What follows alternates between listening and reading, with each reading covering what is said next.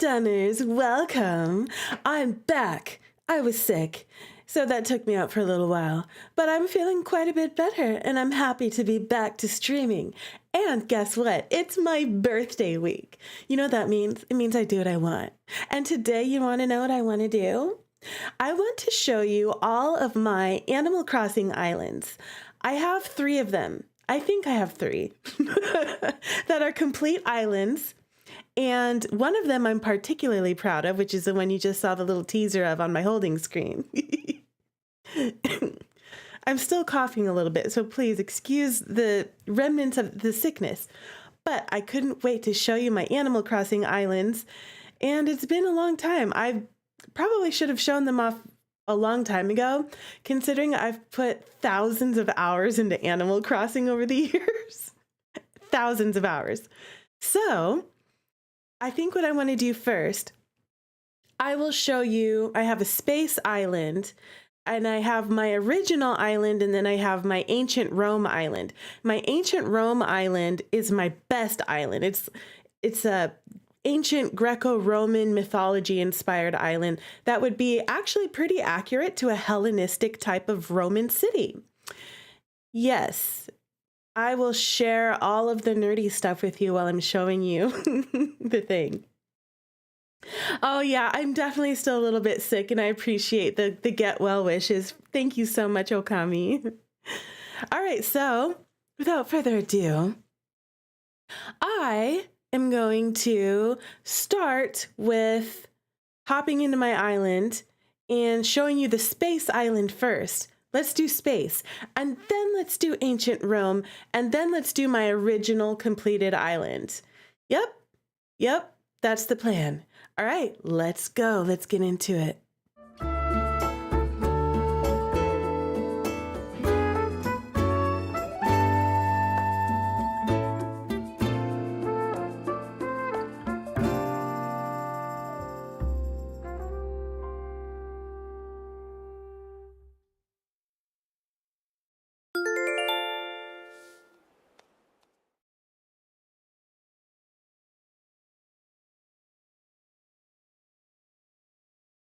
The only reason I have multiple islands is because I have multiple Nintendo Switches. And the reason I have multiple Nintendo Switches is because of my Animal Crossing obsession. Yep. Super obsessed. I'm super obsessed with Animal Crossing. Look at me. Okay, but I'm going to show you this full island a little bit later. For now, there'll probably be some time traveling involved, so it could be 6 o'clock when we tour. This island is supposed to be enjoyed at 6 o'clock p.m. sharp because the music in the sunset.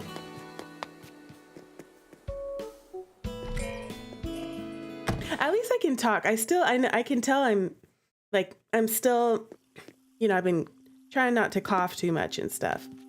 But hopefully it doesn't sound too cringy. We're gonna go to Dreamland, and we're gonna visit Nebula.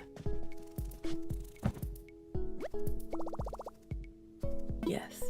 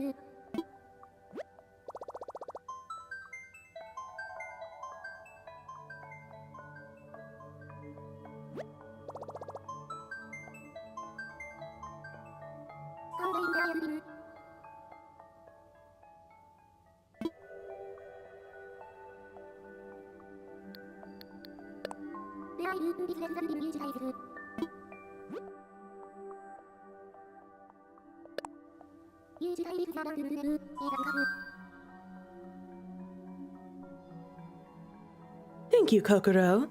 I appreciate that. All right, it's time to visit Nebula. Yes. Here we go. I'm so excited to finally show off all of my islands. This is going to be so fun. I know it's not the kind of stream I usually do, but this should be a good time.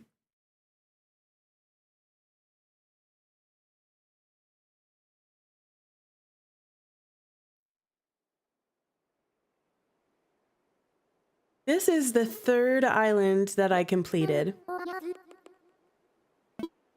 And it's an outer space theme.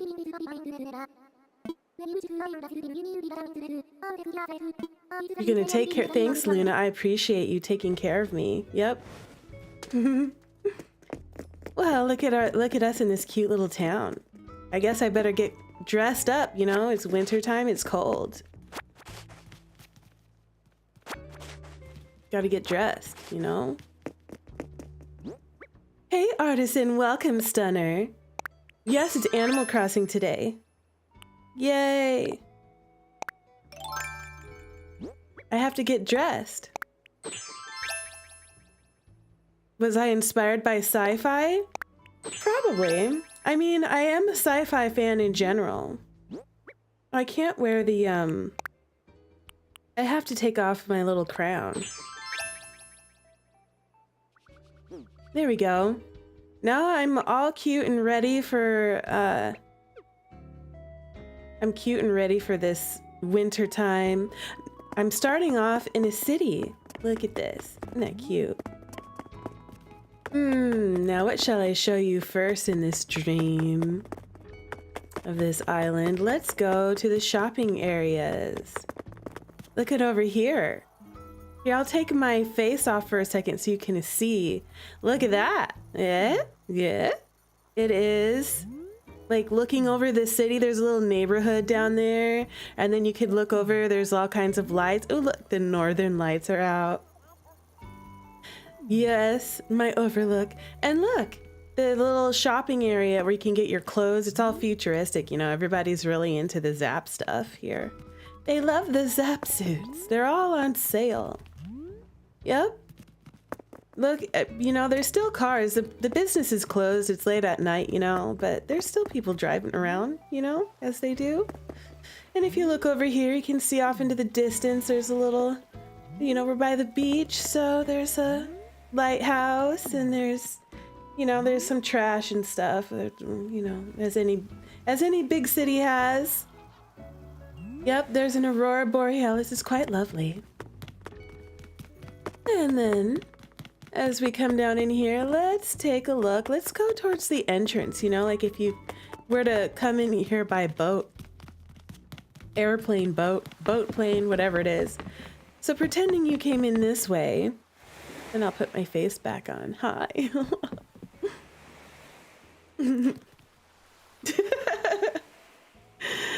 Right? I was totally getting dressed right in front of everybody. You're right, I was. Unashamed, unabashed. Well, hello, Doctor. Where'd you come from? I'd say from right out of my dreams, but you don't look like much like a sandwich. Oh, no, I don't look like a sandwich, but it looks like there's a restaurant open. Let's go check it out. Raul has an adorable little hospital. His house is a hospital. Hi. Hello, Patty. She had a dream or someone was going to visit her. Oh. Well, they're so cute. I probably don't have time to talk to everybody. I haven't talked to my villagers in so long, y'all. I haven't fired up this game in a hot minute. But anyway, check out my little pizza place. Isn't that cute? Actually, if there should be music playing. I don't know why in the dream addresses, you know, you can put the music players and stuff in here, but they don't seem to play the music in the dreams. If you're actually in the island, they play. But yeah, she's got her little area. This is where the pizza gets made. There's a little dirty sink back there. Everything she needs. But yeah, we're gonna order our pizza and then we're gonna sit over here and we're gonna enjoy it. And there's a little ice cream machine. I love it. Yep.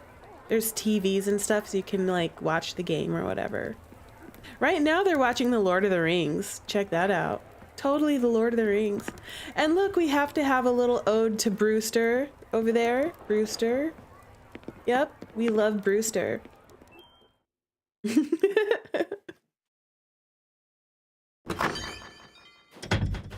All right, let's take a look at what else we have to show.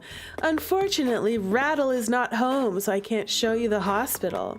I'm really proud of that hospital, so hopefully he'll decide he wants to go to bed and we can go raid his house. This is... the museum is like extended, so there's a little bit of displays on the outside of it. Pretty fun. Hi, Rattle. And you can access the beach down here. Yep, there's a little shack, a little fishing shack over here. I can actually use this stuff to build, you know. Kind of like, looks like it's cozy and warm on the inside. But then you can also hang out outside on the big deck. It's like a little workshop fishing shack situation. Kind of messy, but you know, it works.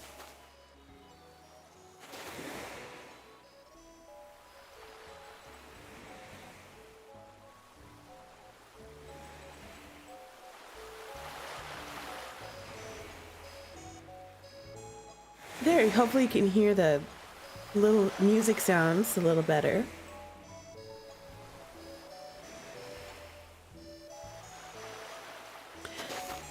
This is like, you know, it could be a little coffee. Grab a coffee. Okay, so you can see there's a rocket to space. I'll show you that in just a second. Let's go back here. So, right over here, we've got some vending machines, of course. I always find that anywhere there's a hospital, for some reason, there's always like vending machines and stuff nearby. I don't know why, but there's a bus station, you know? There's a bus station. And look, you know, there's like trucks and stuff going along their way. This is where you could do your little ATM banking right next to the general store. Looks like there's some stuff on sale. Goodies. What do they got? Ooh, electronics. Yep, this is how Nook's Cranny is displayed here. Someone forgot to put their card away. How rude. How dare they? Also, there's like trash around. People are messy, you know? How dare they? People are so messy. We have a little outdoor pizza, and oh, it's like Italian. It's like spaghetti, some scones, all the yummies.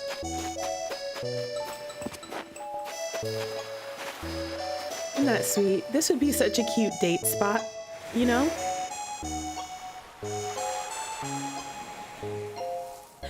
This would be a lovely place to go have some pizza and tea and look out over the ocean. And you can hear some live music, you know, while you're eating your pizza. This is the music that is playing in the shop. I have like, see, you can see it hidden back there, the little speaker.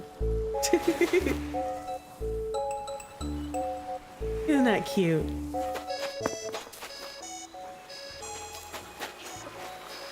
And then this is where, you know, the dump, or this is, you know, this is where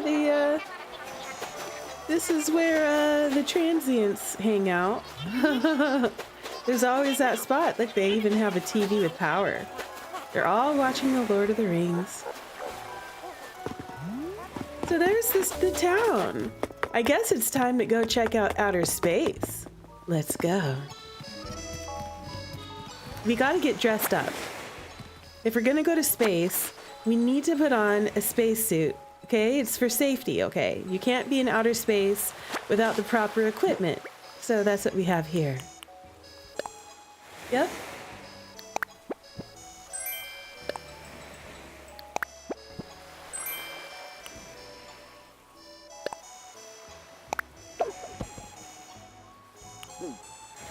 Okay.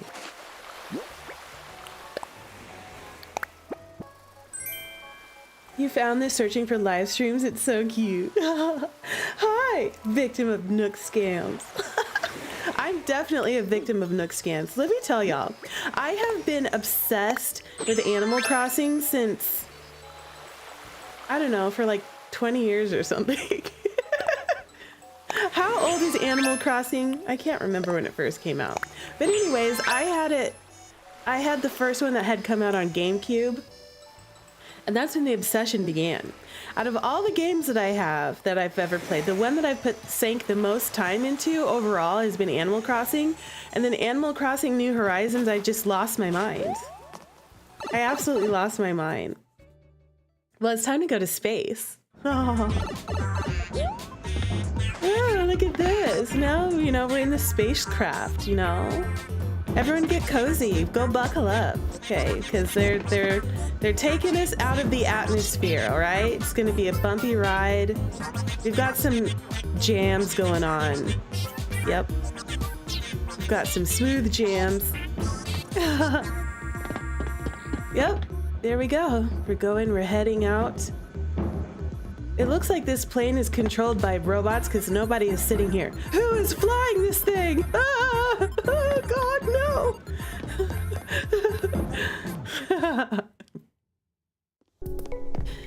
Oh, and this is where we kind of live. This is like a living space in the space station. And we're still all watching The Lord of the Rings. It's our favorite show, even in outer space. We're all watching the same thing all the time. Yep, there's a whole bed right here. We have everything we need. It's a perfect little station. We've got a couch, you know, your guests can sleep there. Of course we have to have a switch right there. Is there a leak on the left side of the screen in the room? Yes, there is. Look, there's water dripping. The wet dishes that are clean. There's the little sink, and you know, the counter also doubles as a workspace. Of course, you know, when you're living in a tiny house, essentially, you need to double up your surfaces, okay? We've got our refrigerator, we've got like all of our space food packs and everything we need, okay? We got our stove, we got our hot things, okay? We can cook. We got everything we need. We even have spices and everything. Yeah, we got a mocha pot, we got pans and knives, all this stuff. We also have a place to sit and enjoy a meal and a tea with our friends. Ah, isn't that precious? And we also have, let me just do a quick rotate around. We've got a toilet. Everyone, you need a bathroom. You need somewhere to go to the bathroom and do your duty, okay? Right? That's important. Super important. You cannot leave that. So it has even a security camera, you know, because there could be guests and stuff. Gotta be careful. I'm totally holding a lightsaber. I don't know. It's like a party thing. I don't know. It's cute. And, you know, you need renewable resources if you're going to be... Yeah, it's a glow stick. Yes. So this is where we can actually grow things. We got some fish going on.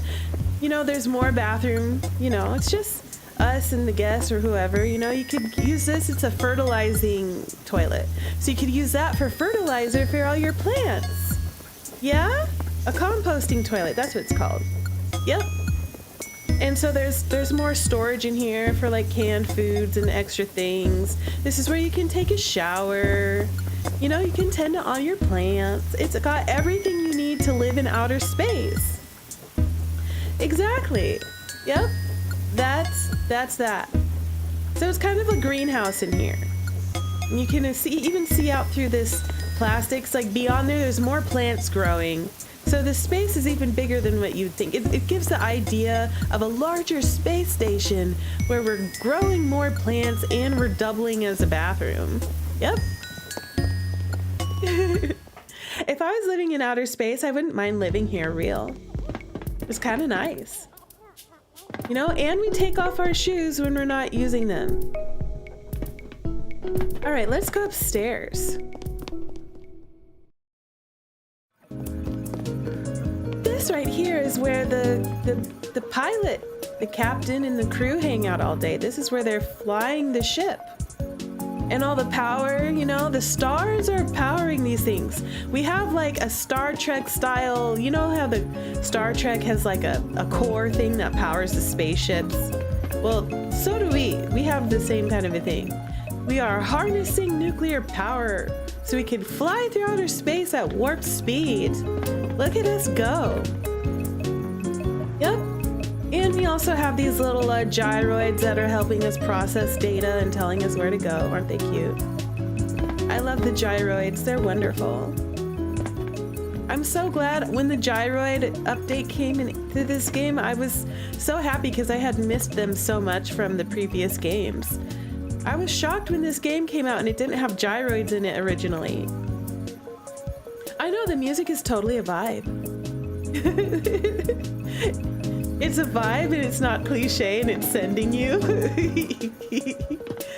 Yep, this is like chill space up here. It's chill space. The nostalgia of watching me play Animal Crossing, I know. Oh, I should probably level my music a little bit so you can actually hear me talk. But you don't want to hear me talk because I still sound sick. Thank you for the happy birthday wishes. Yes. There's the cockpit. The gyroids helped you so much in your Japan islands.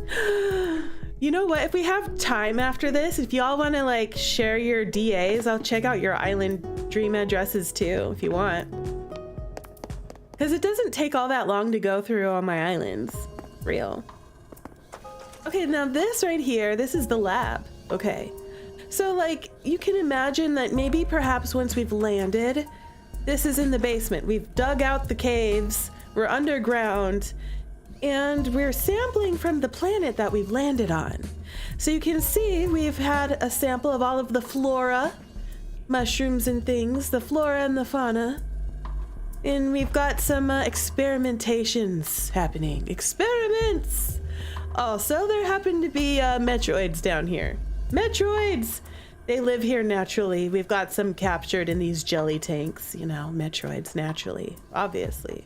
Because why not? Why would you not have Metroids on an alien planet? Yep. Oh, and also, you know, sometimes you have to experiment on people. So we've got this little, you know, we can check out your brain. We can scan your brain right here. And this robot arm, I don't know what's going on, but apparently they're putting mold inside people's brains. Maybe they're trying to make super creatures that are controlled by mold. You know, it could happen. It's a possibility. They're doing all kinds of research over here. It's probably kind of sus, you know? If this is an otome game, it'd probably be the yandere. They'd be a mad scientist and they'd be like, you have to be with me forever. I love you. I'm gonna put mold in your brain and you will love me forever. That's what happened.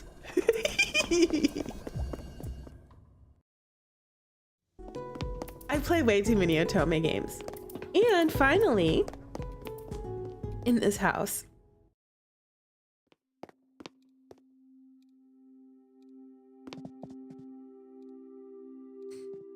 check this out. Ooh. Ah. We'll do a slow spin so you can enjoy the moody vibes. This is if we have landed on the alien planet. There are stars, there are clouds, and there's the aurora. And this is where we can enjoy our sleep time in the pod. Yes, the will-o'-the-wisps. It's very nice, it's very peaceful. I would totally hang out in here all the time. Yep, there's moons and stars.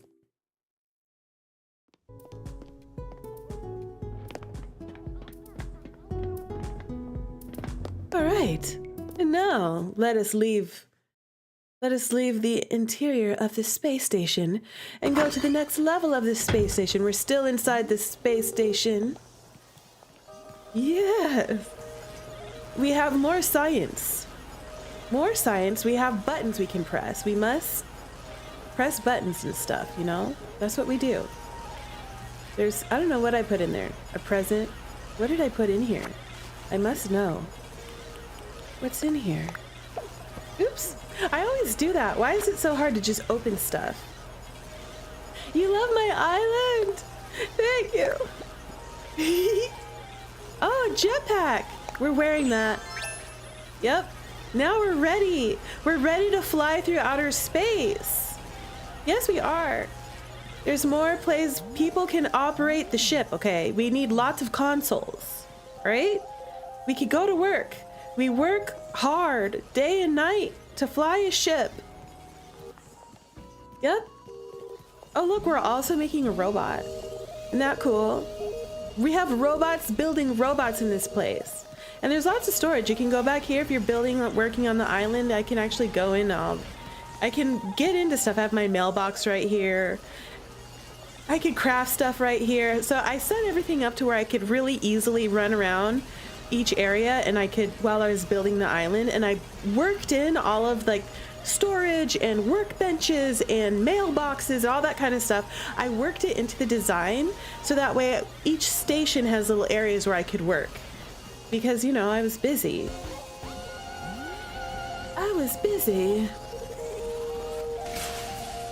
Get him, Voltron. Get them. Yep. All right, it's time to leave the space station. We've landed on an alien planet. Look at that. Okay, I have to take my face cam off so you can enjoy the majesty of the landed. We're like, the space station is hovering in space, but we have a long bridge onto the planet. Yep. The Aurora Borealis is above us. Quite lovely. Very outer space. And look, there's a mining operation here. What are we mining for? Precious metals, gems, hearts, heart stars and mushrooms, clovers and blue moons. All that stuff. There's floating asteroids because, you know, gravity's weak out here. You know, we're on an asteroid planet is what's happening, okay? It's an asteroid planet. There's astronauts around, okay? They're busy. They're working hard. We have a nice little view. You can enjoy the view of space. Look, there's a little rocket going by. That gives you some scale of how gigantic the space station really is. It's like as big as the city. This took me, it took me about 6 months to complete, but what took me the longest though, but like 6 months to build it, I can't remember exactly how many hours that was, but before that I had been collecting star items by time traveling. And that took the star stuff and building all the star items. That's what took me the most time. And the moss and all that kind of stuff. It took me forever to collect everything. Before I collected most of the stuff before I started building it. It took hours and hours, hundreds of hours.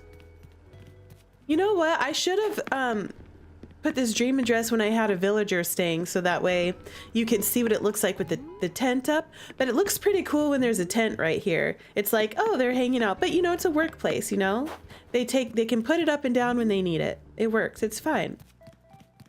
And another workstation. So this was an active workstation for me that I could work on building my island. Yep.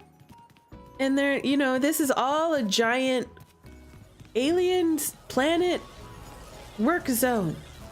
So much construction. Yes. Yeah, the floor was a code that I found and I added it onto it. So part of it is codes that I found online and part of it was codes that I made myself. Like the edges I made myself so that they would, because there's no edges on the codes I found online. And then some of the interior, the ones where there's these little like raised rocks and things and the footprints, I found those online. And then a lot of the rest of it, I went in there and created my own parts of the code. And as you can imagine, so this is being colonized. So, you know, someone's growing some stuff. There's an alien bird thing right there, but they're growing things. And also this is where I could put stuff, you know, I could hide my gyroids and dinosaur bones. All that stuff could spawn here and I didn't have to worry about, well, where's all my stuff gonna spawn because my floor is totally covered up here. And I still wanted this island to be functional while I was building it. well, let's check out a little villager. Someone who lives on this planet that we are working on. Oh, hi there. I see you're building more robots. It's robots building robots. Cephalobot is so cute. I love him. He's adorable. You can't, he's got that music, what's it called? He's got one of my favorite songs playing in his house, but for some reason in the dream addresses you can't hear it. It's like that robot sounding song, like that pop idol robot song. Yeah, it's winter. The bell tree looks pastel. I know, it's kind of cool, right? Because of the lighting. And there's still stars and stuff on the ground, you know. And also there are like, people can drive these things, or I imagine that they would drive themselves. Everything's automated these days, you know what I mean? Everything's got like robot cars, automated everything. Yep. Oh, and then if you go just outside the planet, and well, maybe we'll check out the rest of the planet before I show you some of these other houses. Yep. Oh man, I need some of my villagers to go back home because their houses are so cool and they're not home and I can't show you. You know what I wish? I wish that the dream addresses had everyone home at the same time. But here's the deal, okay? With the way the dream addresses work, I believe every time you revisit an island, there's different people home because it's randomized. So if you want to check this out again and see who lives in this mess, in this dump over here. Look, they got a movie theater going on. Also a dump. Watching the Lord of the Rings. But every time you come back, there's different people home. Now this guy, he's got his stuff together. There's a lot of projects going on, but it's not quite as messy as some of these other places. Let's go check out his house.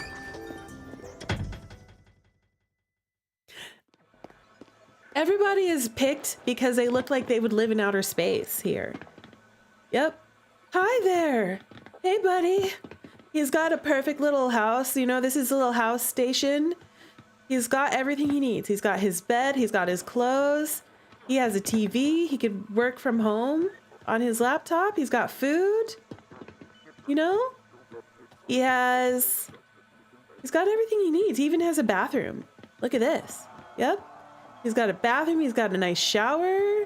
He can wash his hands. He's got soap. Literally everything he needs. And a big screen TV. From a prime spot, you know, he could sit over here on his desk chair. You know, he could work on his projects and then look over and enjoy a television. And he also has a little cushion, so if he just wants to like sit on the floor and hang out, he can read a book, you know, he's good to go. Yeah, the servers on the wall, there's a lot of data, you know, keeping this place going. They also make noises. I love all the little villagers here. Speaking of villagers, let me show you the map. Okay, so here you can see we've got Ribot. We've got Patty who lives on the Earth side. And then Rattle is on the Earth side and he is the doctor. And then we have Petri who's in outer space in a space station doing research. We've got Roswell, who's obviously an alien, and he's the messy one because he's lazy. So he's the one that has that messy movie theater down there. Static, you know, Static's got his stuff together, you know, he's a cranky villager and he lives on the little asteroid planet. And then Etoile also lives on the asteroid planet, but I imagine, you know, she's from outer space, you know, she's a star, you know, she's a stunner. One of my favorite characters of all is Cherry.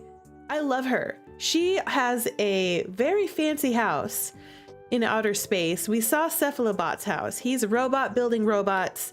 And then of course, we have to have our radiant stunner star squirrel, Ione, or Ione. That's who we have. Now you can see the map. And the only way that you can get to outer space is through the rocket that we came in from. You have to go to the rocket. That's the only way that you can get to space. So that's how the island is divided up. Yep. All right, so now, what else about this. Oh yeah, then there's a path over there. I'm going to show you where Etoile lives. Ah, yes, look at this. So this is, you know, everything's very blocked off, so you can't go where I didn't want you to go. But there's more research. There's research all over, and there's also more of the natural island here. The natural asteroid space island with its natural flora and fauna. There's these glowing eggs everywhere. What kind of creature do you think laid those? Yes. Oh, we're gonna go into outer space. We've got some stars. We've got a stream of stars. It's like the Milky Way. And inside of here, I had to put the Mario star. That was a requirement, okay? That was a requirement. Well, there's another little patch of asteroid with a house on it. This is where Etoile lives. The inside of her house is one of my favorite houses I've ever designed ever. And I'm sad that she's not home right now. Maybe she'll come home while we're running around. But anyways, yep, that's it. That's her house. Okay, so now let me show you. Ooh, we're gonna go wander around outer space for a while. Yeah, sadly, when they're gone, you can't go into their house, which I really wish that for dream addresses, they were like, you know what, everyone's just gonna be home. Or just doors unlocked, let them go in there. Oh, hi there, there's more space people. Hi. Yep. Yeah, I used to put on the cutest little space dresses. Yep. So adorable. Okay, so who's home? Who is home? Etoile, you need to go home, girl. I wish you could talk to them and tell them to go home. That's the other me. Is Cherry home? No, Cherry, you're leaving just now. How dare you? Cherry has this big old spaceship all to herself. It's quite the whole thing. Laptops everywhere. You know, I imagine that she's got like atmosphere going up here so she could breathe, you know? You know, we don't want anything bad to happen to you, Cherry. And this right here, I recreated Starry Night. You know, the famous painting. So if you take a look at that, and then if I come over here, you can see Starry Night has been recreated.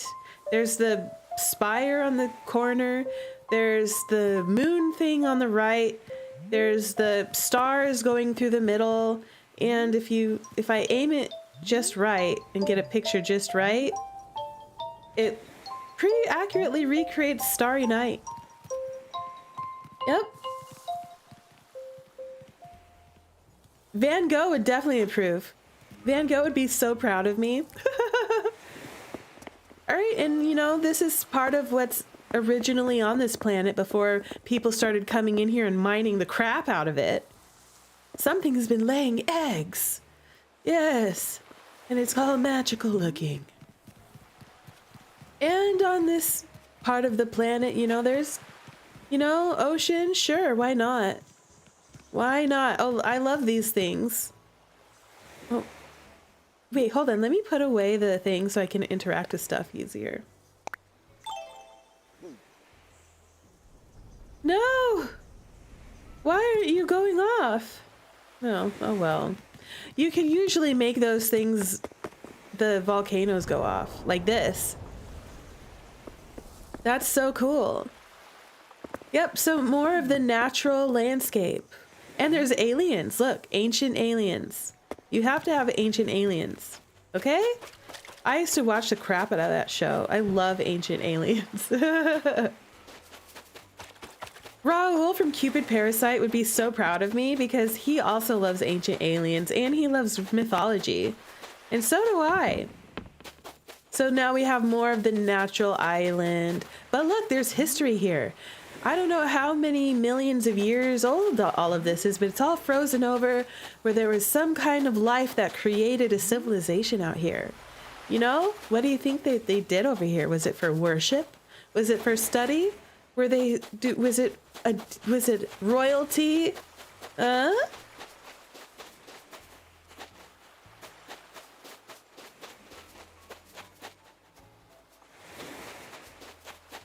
right. Well, let's keep going. I have more of this island to show you.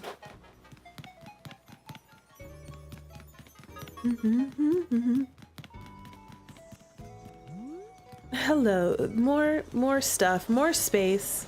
You know, stars and space travel and all kinds of stuff. Aliens.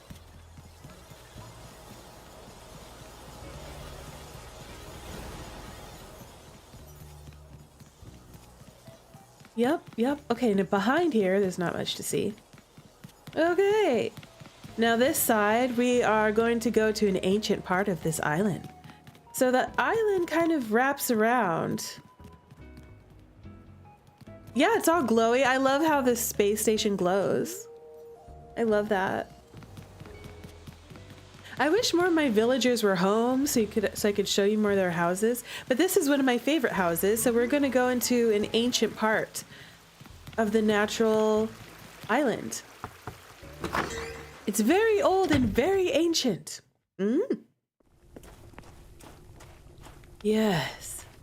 Imagine someone created these structures and now it's become an old house for Eon. Yes, Ione. It's almost like she lives underground, kind of, or like it's so old that this glowing moss has started to grow on the walls. Yes. Quite beautiful. And then she has cool music in here, but you can't hear it in the dream address for some reason. Yep. I love it in here. And I love her bed. This is one of my favorite beds in the whole game. The rose bed. So pretty. Yep, she's living it up in here. She even has a little cooking area. She can cook right here. She's got her cookies. She's got what she needs, you know? Everyone has to have what they need to survive. They need food, you know, beds. All right, so as we come in here, there's one of those aliens hanging out. Hello, alien creature bird thing. Are you the one laying eggs? What is it that's laying eggs? Yes, and then if you go here, this is the most ancient part of the entire island. Millions of years ago, people lived here and they built these beautiful structures. I wonder why. I wonder what they were up to. You know? They were busy, but it's been dilapidated for centuries, for eons. But there's remnants of life here, remnants of sentient, intelligent life. You know, maybe they are worshiping these things. Maybe it's a possibility. I guess we'll never know. And then if you look up at all the different layers and levels, there's just more stars and cosmic beings, cosmic entities. And everywhere you look, there's just more parts of the island, more flora and fauna. Lots of little details to look at. Yep. Let's see if anybody else has come home. Is there anyone else that has come home so I can show you their cool house? Or am I gonna have to come back and see who randomly is home? I might have to do that. You have to see the houses. The houses are what I'm best at. Interiors. That is my best skill in Animal Crossing, are housing interiors. Though I do enjoy doing the whole islands, you know, and making them completely themed. But you've seen the whole island now. This is the whole island. You can't go anywhere else. Yep. Let me see if Rattle is home. Dr. Rattle. Did the HOA of your island reward you bells or an award or Nook miles for having a beautiful island? Yeah, I do get miles.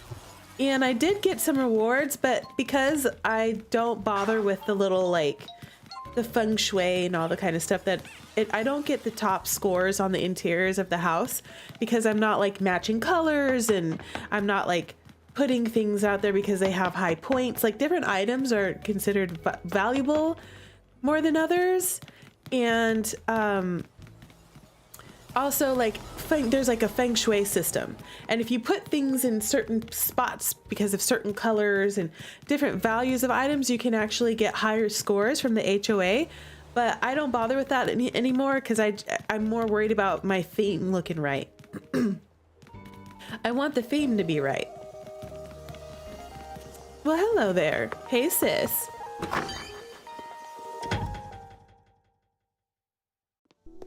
So let's go back to Earth and see if Raul is home.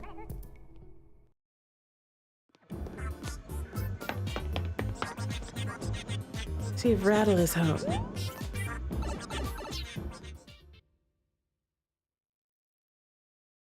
And like I said, every time you visit a dream island, there's going to be different people home because it's randomly chosen for you. Every visit, it's random. Nope, he's not home. Well, anyways, that's this island. You saw the whole thing. This is Nebula. And if you want to check out the, let me show you the DA right down there. Maybe later, at the end of this, maybe I'll come back and see if anybody else different is home. But for now, why don't I show you my pride and joy, my favorite island that I've ever built ever, which is the island that I'm currently living in. And then I'll show you my first island. Okay. Time to go to sleep and then wake up in ancient Rome. We went to the future, and now we're going to the past. I want to wake up, please.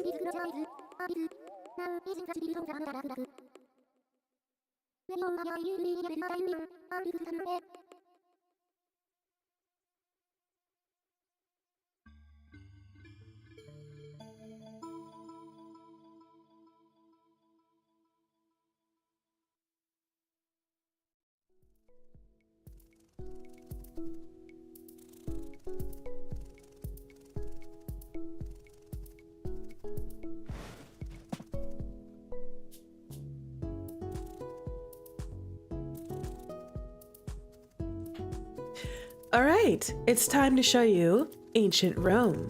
But before that, I'm going to take a short break and we'll be right back.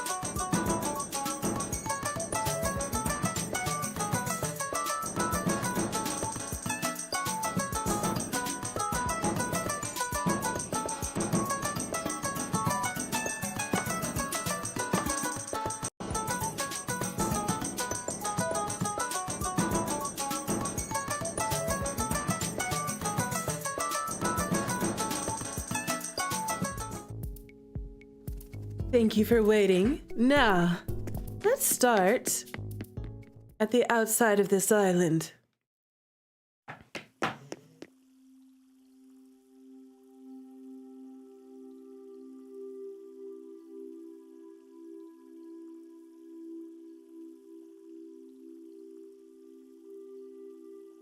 Hold on,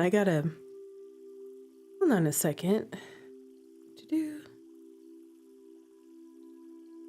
Okay. I'm like, you know what I need to do is silence my phone. Because I don't want it to ring right now.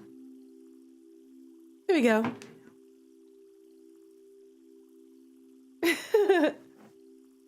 Now. And forgive my voice again. I am getting over, I had COVID, though. But I'm finally like coming back to life again.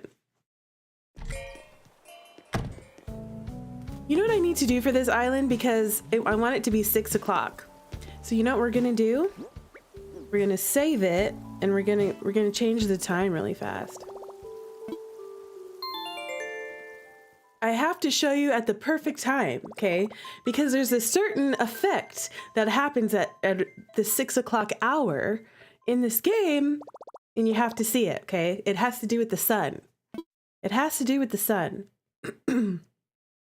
This island right here, this is my best island that I've ever made. It's my forever island, Lyria. Now, if you're an ancient Roman, you would call it Lyria. Or if you're on The Witcher, you would call it Lyria. Because when I named this island, I was really into The Witcher. I was playing The Witcher, the Thronebreaker, which is based off of Gwent. Anyways, Lyria is a city in The Witcher, okay? And also the song is Toss a Coin to the Witcher is the song. That's how nerdy I am. I like love that stuff. All right, we're going to time travel.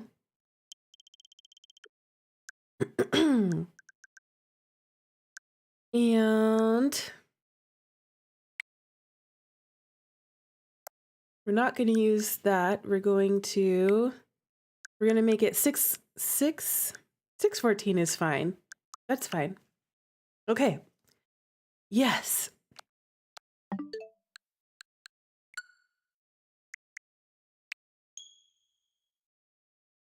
Now this island is the one that took me the most amount of time.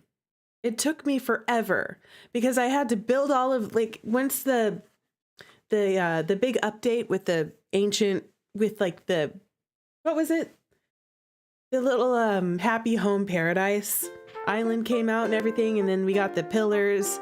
This was my, I guess it was Animal Crossing 2.0 or 3.0 that was? Was it 2.0?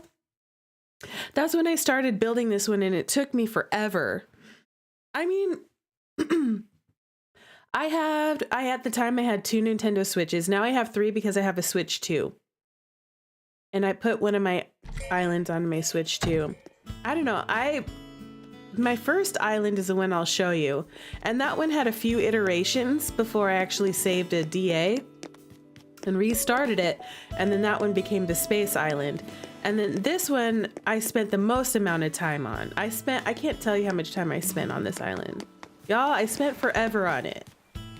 Forever!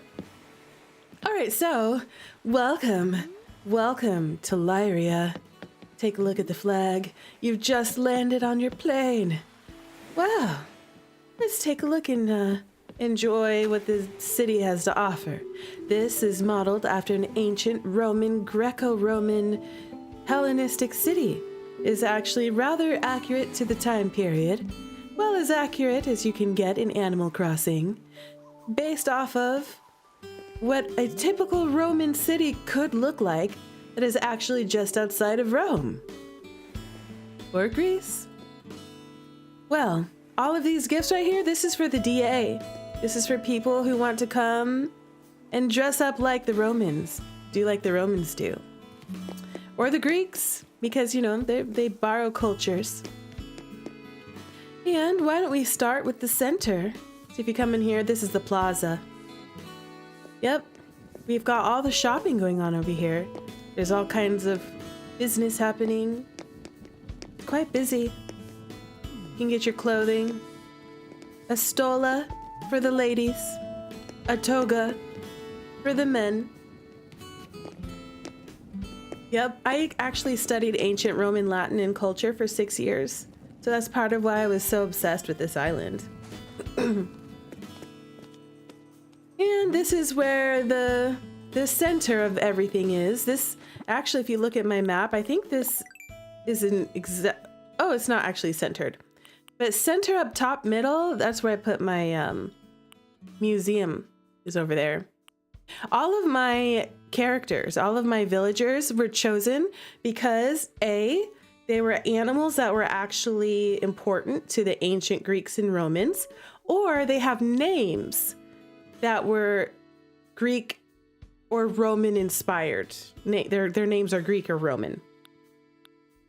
So some of them, like for example, Audi, it's because Audi is a fox or a wolf type of a character.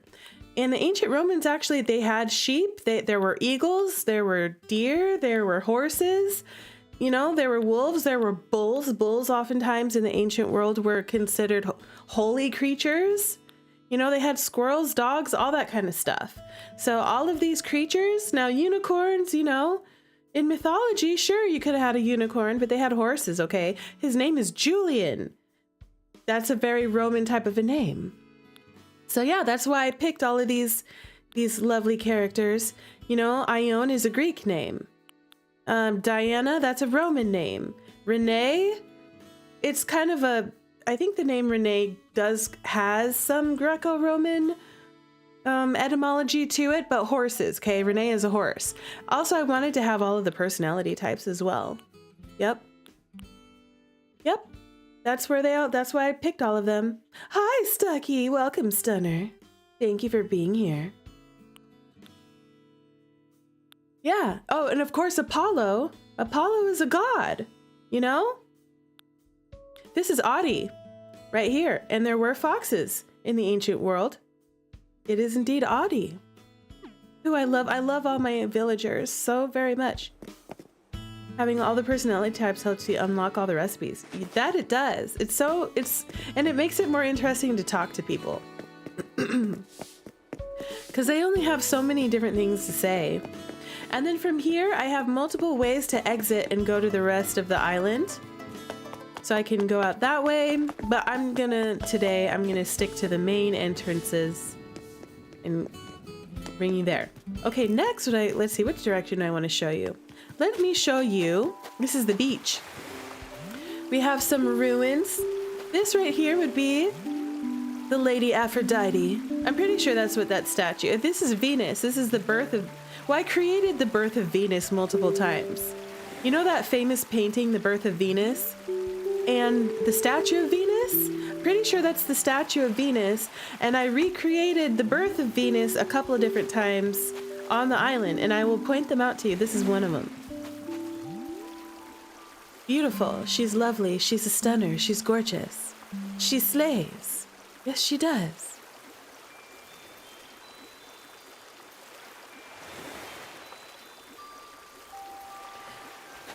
And then my moody music over there. Okay, this right here is an ancient bathroom. So I tried to make this as accurate as possible, where they actually had these public restrooms, and they didn't actually have like toilets like we have now, but they did have plumbing because of the aqueducts. And so what they would have is they would have these benches that would have these round holes in them, and then the aqueducts would run through the benches. So when you did your business, the water would carry the waste through the aqueduct, through the system, and into these wells in the ground. And that way they could keep things clean and tidy. And even through houses and apartments, they would have situations where people would have running water coming in fresh from the aqueduct. It would come in from one side, and then you'd put your waste in there, your trash and your waste, and it would go into the wells out into the ocean. So they could get rid of waste. Now, it was going to be dirtier on the lower side of the city in ancient Rome and ancient Greece. That's where, you know, a lot of the grime would collect. So that's why the rich people, if you're super rich, you're going to live high up. You know how like they talk about the 7 hills of Rome? Well, the higher up that you are, the more powerful you are. The more of a leader that you are. Your domus, your mansion, is going to be up higher up on a hill than if you're a commoner or a merchant or something like that. Then you would be lower down. Did the aqueducts have a flushing mechanism? The water was constantly flowing in them. So they didn't have to flush. And they actually had sponges. They had these sponges that you could wipe with and that you would clean in the water in the aqueduct. So they had it was just constantly flowing all the time, and then they didn't have to flush. And they also had these pushers, so if stuff got stuck, then they could just push it along and move it along and keep the aqueducts flowing. It's a really brilliant system that they came up with. So here I have music was really important to the ancient Romans. Art, music, all of those types of things were important to the Hellenistic age people. And so I wanted to reflect that in statues everywhere, in places where people could enjoy music. There's a harp over there, and you can actually pick up a lot of these things and play. They're tambourines and instruments that you can actually play.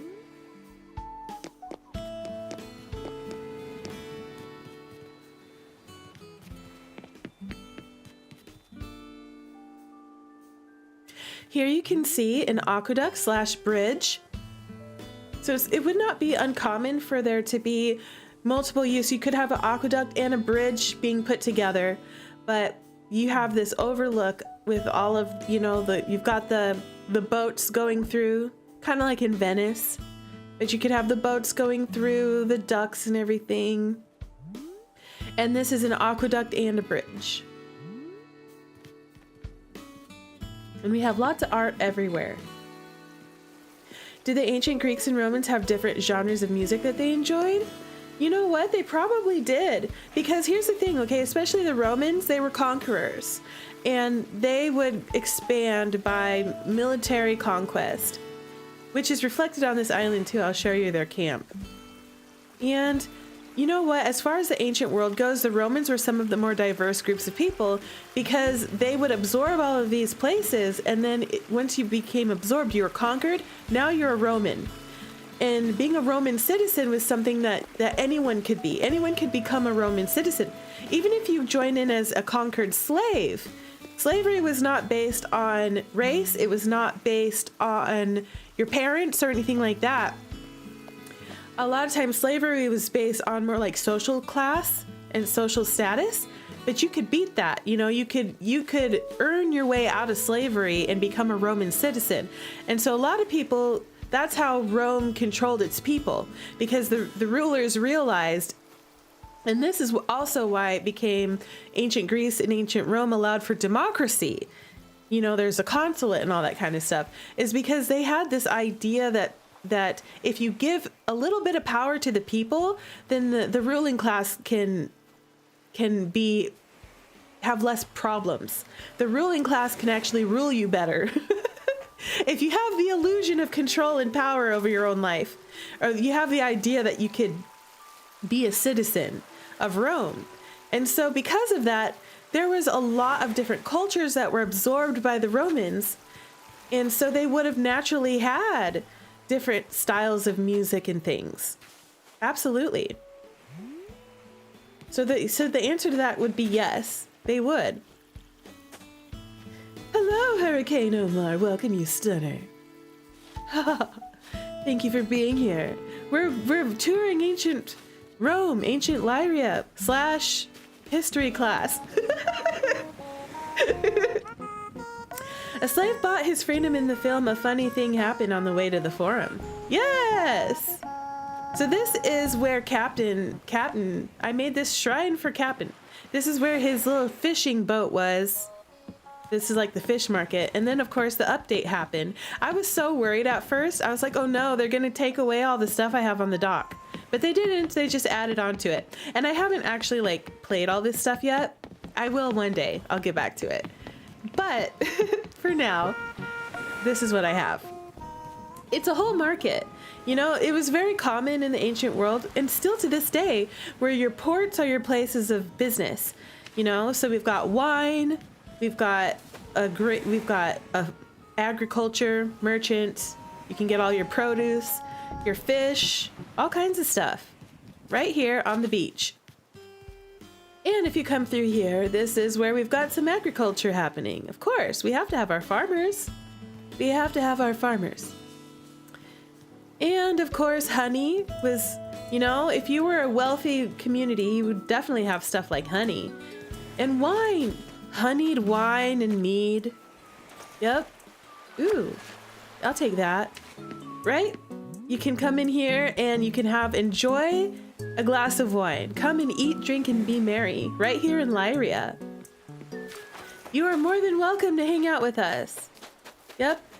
All these little things, little details. There's little boats, nets, all kinds of stuff on the ground. Oh, look at that. This rabbit's trying to get in here and eat all my vegetables. And, you know, wine is really important to the ancient world. So we have to have grapes. We have to have grapes. That's the vineyard. Oh, and guess what? Our winemaker is home. Yay, I'm so happy. There's a little bread shop, which they had bread in the ancient world too.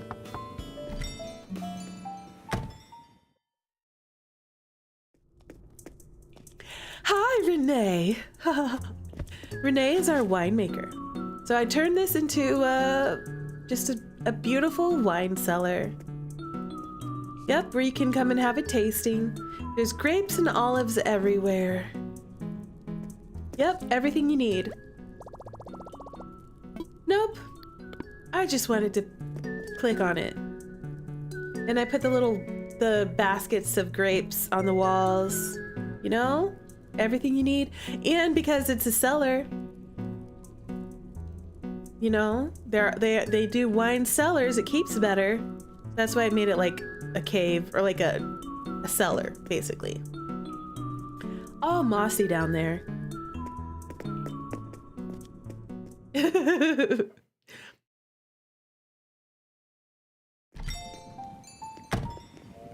It reminds you of Dionysus. Exactly, it should. Who is the god of debauchery and wine and parties. All right, this right here. So we have more of natural stuff on the beach. This right here, this is where in the ancient world, you would oftentimes send your loved ones away by funeral pyre. And you would send with them 2 coins that you would lay to rest on their eyes before you put them in the pyre.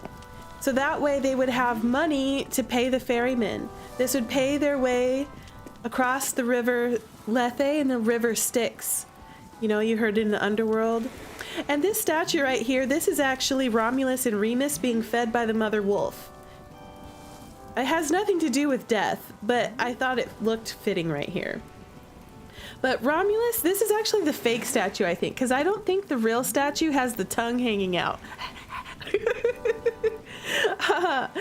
But anyways, Romulus and Remus, that was the story of the birth of Rome, where Romulus is the brother. So there was 2 twins that were suckled by a mother wolf.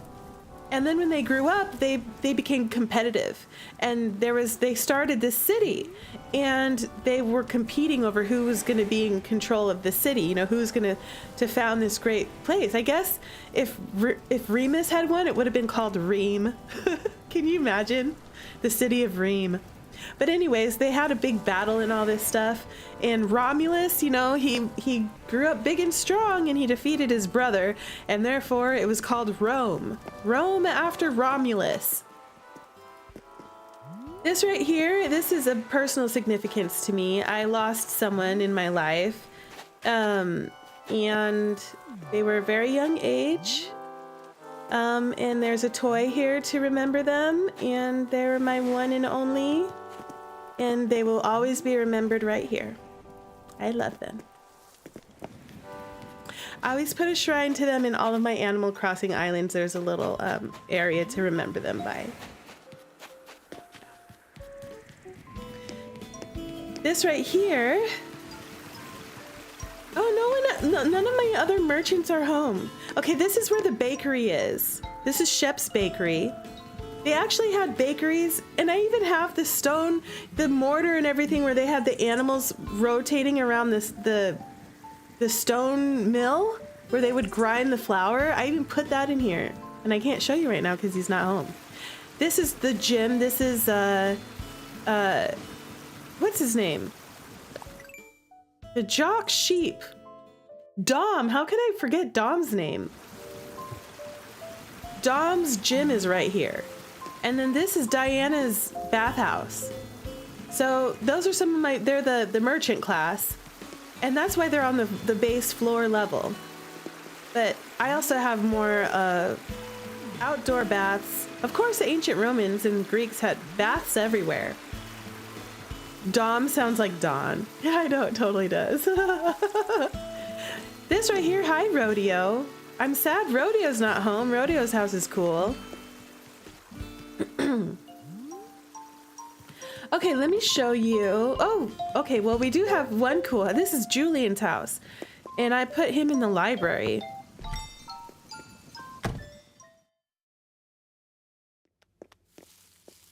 Oh, Julian, you've messed up the pillar. There was another pillar right there until he decided to start cooking. How dare you? But anyway, he has a matching pillar right here. And this is where we have a library full of scrolls, maps, and other works of literature, all kinds of stuff. I put the Thinker in here, which the Thinker was not created in the ancient world. The Thinker is from like the Renaissance era, I think. But anyways, all of these things that reminded me of scrolls and ancient books, there was an early form of books with like leather binding and paper that was stitched together in the ancient world, in the ancient Roman world. They're the ones that invented that. So mostly they had scrolls, but they did have books like we would think of them today, just an old form of them. So I decided to include those as well. And the ancient Greeks and the ancient Romans were famous for having some of the world's first libraries. Centers of knowledge. You know what? You know what else is upsetting is he put his cooking ware where I also had the radio. I had music in here that was cool. How dare you? How dare you cook? You're breaking the illusion, Julian. Also, you're not wearing your toga that I got you. How dare you? He's mad at me because I haven't talked to him in months. This right here, this is Vivian's house, and she's a pottery. I have her as a pottery maker. No, it's not. This is Audie's house. And Audie has like a standard little Roman apartment, a small little apartment. And Vivian has the pottery. She's right here. Yeah, Julian broke the dress code. He's cooking. He's going rogue. What's wrong with you, Julian? How dare you? Okay, we've got, see Ione, she's got my back, okay. Both islands, she's home. You can take a look over my blue garden. This is my magic blue garden. Okay, let's go and say hi to Ione. Ione, or Ione. I'm not sure how to say it. She's got another Venus. Another Venus. And because she's all stars, I brought the sky inside. That was my goal. The sky inside.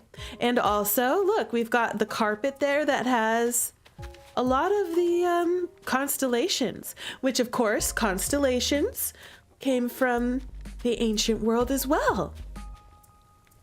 And a lot of our myths and stories are about constellations, you know? A lot of them are. A lot of our constellations that we still know today and that sailors and even astronauts use to chart the skies. They still use the old Greek and Roman names for these things. Yes, they do.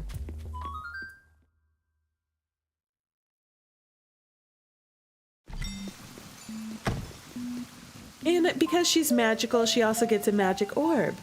Yep. A lot of sailors. And also because they're on the very top, Ione and Apollo, they are my rich people. Apollo has a little ritzy apartment in there. He's living it up, and they have their own little like chill spot. They got their own baths back there. They have their own like waterfall to enjoy. You know, they're the rich ones at the top of the hill. And then you come down here, we've got our middle class on the second level. And then on the bottom level, we have our merchant class. And this would be historically accurate. Yep, this is where all your tradespeople live. Yep. And then, excuse me, Mr. Rodeo, bulls were considered holy a lot of times. Unfortunately for bulls, either they were holy or sometimes they were killed on altars so that priests and stuff could examine their entrails and divine the future. That was pretty common in the ancient world. Bulls and sheep and stuff. I don't know why they thought that guts would tell them the future, but you know. This right here is my garden. Of course, horticulture was always going to be important in the ancient world. I have one of every single flower in the whole game right here. Every single flower in every color in the entire game is right here. All of them. All of them! Y'all, I can't tell you how long it took me to grow all of the flowers and get the right colors. I even have, yes, I have black roses right here. There's a black rose right back there. You see it? And I have the blue roses. That was the hardest to get. Out of all the flowers, the blue rose took me the longest. And so then I had to do a flex, and I'll show you the flower nursery. But anyways, this is where I would grow the flowers, and then I would come here and I would put them, I had this whole thing laid out, color corded and everything, and then I would put them there. As soon as I got the flower, I'd be like, yes, I finally got my freaking blue rose. It took me forever. And then I put it there. And then of course I had to have all the trees. So here's one of every tree. Hi, Dom. I love that he's wearing his little warrior outfit that I got him. Isn't he cute? He's so precious. I love him so much. What a good boy. Yes, you're a good boy.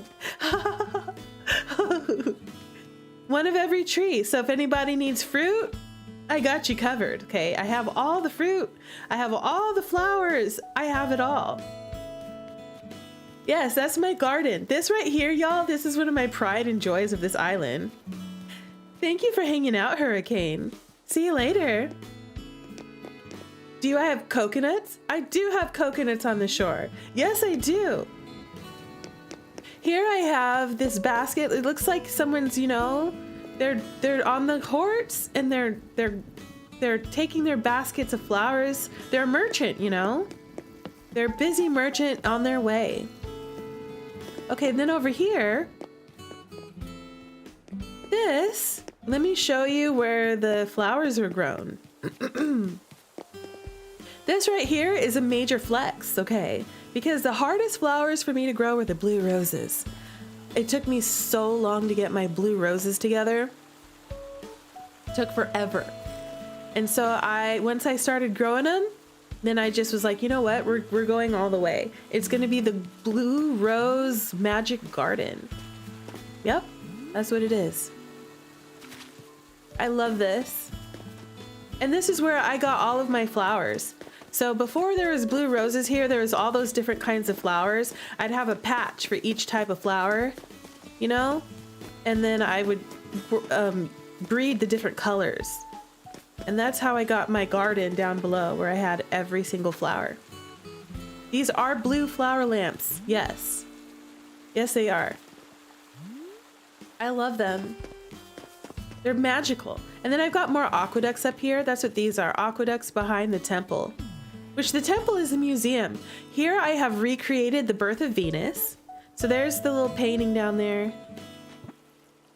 Let me put this on. Put the handheld mode on. There we go. All right, this is the birth of Venus. There you can see the painting, and there you can see I have Venus with the shell, and you know I kind of tried to recreate the famous birth of Venus right here. I don't have the angel and all that kind of stuff on the sides, but that's okay. And I think that's the actual picture right there. I think that's the original picture, not the fake. Yep. And then right here, back here, so there's always in every city in the ancient world that you'd have all these myths and stories about the woods and the forests and all that kind of stuff. And so I had to put like a more ancient area. These are ruins upon ruins. even more ancient than the ancient world. And it's also like mythological, you know, it's kind of magical. You can see the moon in the background floating there. You can see the water. And then we come into the forest, and I'm going to show you a little peek of the military scout looking over the camp. But this military scout, out on their own, living in the woods, you know, they're going to report back at some point. They got their sword, they got their little tent, their little outfits on, you know. That's a scout right there. And then we're going to go through the forest. We got a nice path here. And we have more ancient stuff. More ancient things. And this is mystical and magical. Lots of things that glow. Lots of gyroids back here. And that's the ancient beach back there. This is like even more ancient, where that's like, you know, Paleolithic or whatever. I made that flag. Well, I got the flag. There's a stand. Okay, this is like I can't remember what it's called, but it's called a banner, I think. And then I put my flag design on it to make an ancient flag. Yep. And I looked at pictures. The ancient Romans did have flags that looked just like that. Real. Yep. So yeah, we've got ancient ruins. Okay, now I gotta show you, before it's 7 o'clock, the sunset effect. Oh yeah, here's my main area. This is like the main shopping area. There's a restaurant right here. We could like go in. This is also accurate. They would have like these bread soup shops and stuff where you could get food and eat right outside. And then this is like a global market. You know, there's different textiles that would be imported from other countries, different musics and things that you could buy and shop. And then I could also get dressed right here if I wanted to. I don't want to change right now. But yeah, this is where, and then of course I hid my actual shops in there. But because they didn't really fit the aesthetic, so I wanted to cover them up with this ancient market. And did you know that they did have the earliest form of mail? They had couriers on a horse in wagons that kind of looked like this. They totally had that in ancient Rome, and they would take mail around. So we had to have a mail station. And then I put my mailboxes there. There's also a hidden bench where I could craft stuff over here. All right, we'll come back there in a second, but first, I gotta show you the sunset effect because the sun is setting. All right, so if we go over here, did they have a way to preserve food other than salt, sugar, or pickle? They did have underground cellar. They would use underground. In some cases, they did even have ice, but that didn't last very long. That was like super expensive and rare. But they did have underground. All right, here, also they used urine, which is disgusting. But they used urine to wash their clothes. They would like put it out in the sun until it turned into ammonia.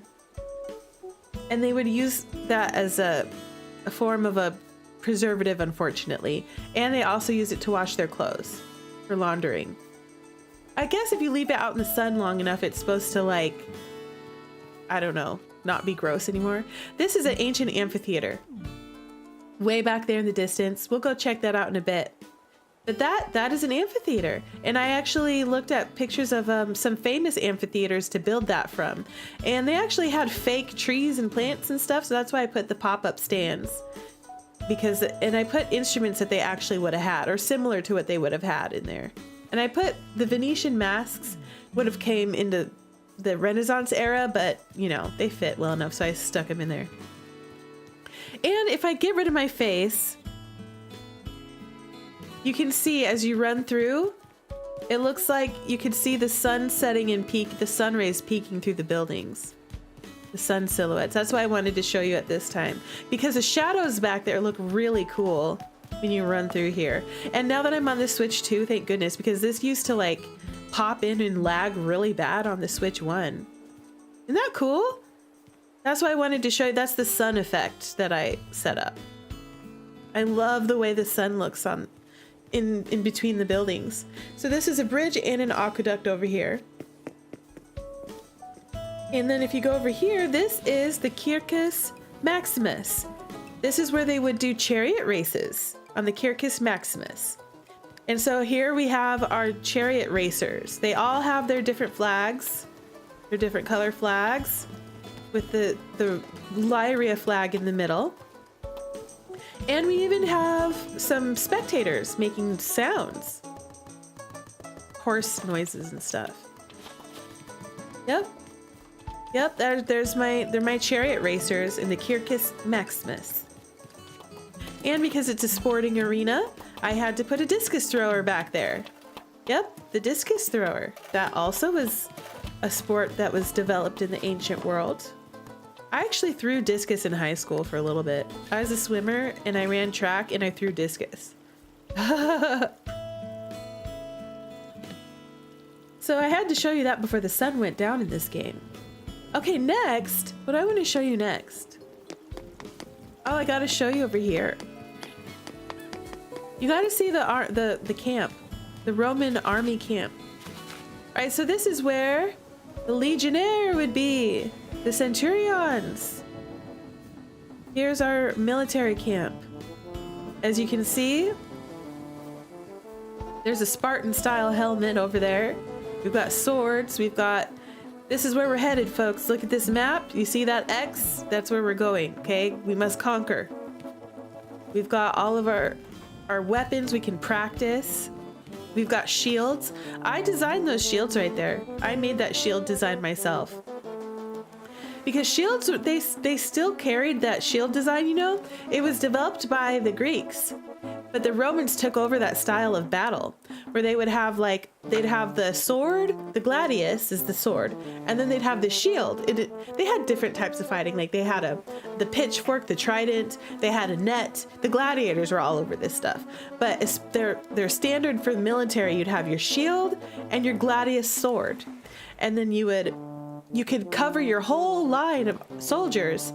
You know, if you went somewhere and they were shooting arrows at you, everyone would line up and you would cover and protect everybody with your giant shields. And these shields were huge and round. Huge, round. They weren't little shields. They were big shields.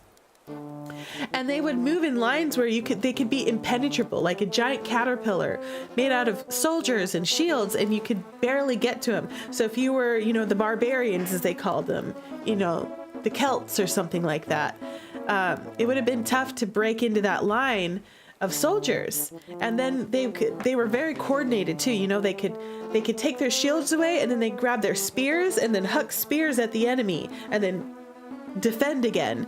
And it was very difficult for the enemy to get to them. And these right here, I have spears too. These poles, those are supposed to be spears. But yeah, and then of course horses were very important. Yeah, I bet the shields were totally heavy. Of course, yes. And so we had to have our horses because they were very important to the conquering legions. And we've got our scout up there looking over things. And when there's a villager here, I think my DA, when I have it as a dream address, there's a tent here. So you could go in there and it's like, this is where the general is. The general's tent. But right now they're all packed up. Yep. There they are. So back here, this is the ancient area. This I just thought was cute. I put like a little family of bears and bees, honeybees and bears, just because it was cute. And I got the little bees. And then this is like ancient. Even more ancient than this ancient. This is like long abandoned ancient. Overgrown. Old infrastructure. All right, so if we go down here, this is where I do a lot of projects on my island. So because the floor is all covered up, there wasn't really any space for me to have like gyroids or fossils.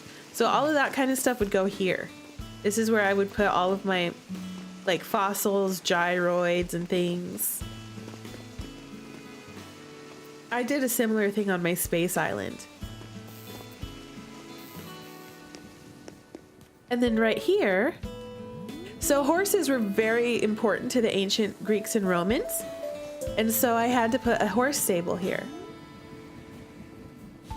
Look at that one eating a carrot. I love my little stable. Yep.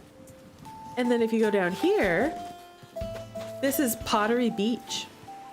So all kinds of pottery was also important. And so they could make a lot of things. And I put music and stuff so you could just kind of hang out, have some tea, have some wine, make some pottery, have a good time. If you come up here, this is where we have a lighthouse. And yes, they absolutely did have lighthouses in the ancient world. Let me get rid of my face here. So you can see the sun.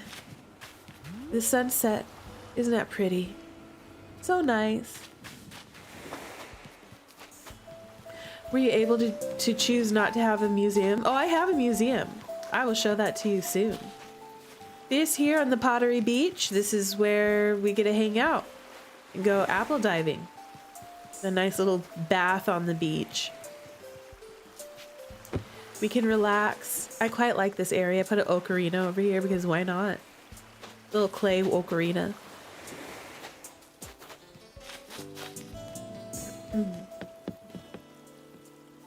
And of course, the ancient Romans definitely had roads. So that's why I have all these different roads around, you know? Different ways to get to places. Lots of details. All right, now why don't I show you the museum? The museum is a temple here. It's not the museum, it's a temple. Because temples oftentimes were like the centerpiece of a Hellenistic city. And so I made it the centerpiece of this Hellenistic city. All right, let me get rid of my face again. So you could really see and appreciate the entrance to the temple. Yes. This is where we have offerings to the gods. Oh, hi, Crow Baby. Thank you for the cheering. Penny, no. That's not yours, Penny. Penny's over here ripping up stuff under my desk.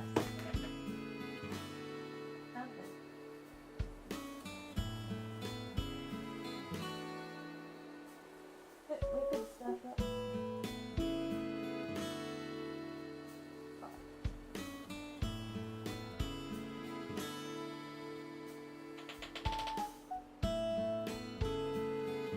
There, you can't have that anymore.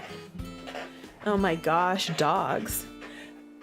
Thank you so much, Crow Baby. You're a stunner. I appreciate you. Oh my goodness. Thank you so much. This right here, you can see where we put offerings to the gods. So we have very expensive statues and gold and stuff. Yes. All these statues. And also I put the tiles. It's kind of like in ruins a little bit, but still. It's like in use, but also in ruins. You love the vibe? Oh, thank you for the loves. This is such a good birthday week present. You're the best. I appreciate you. Hold on a second.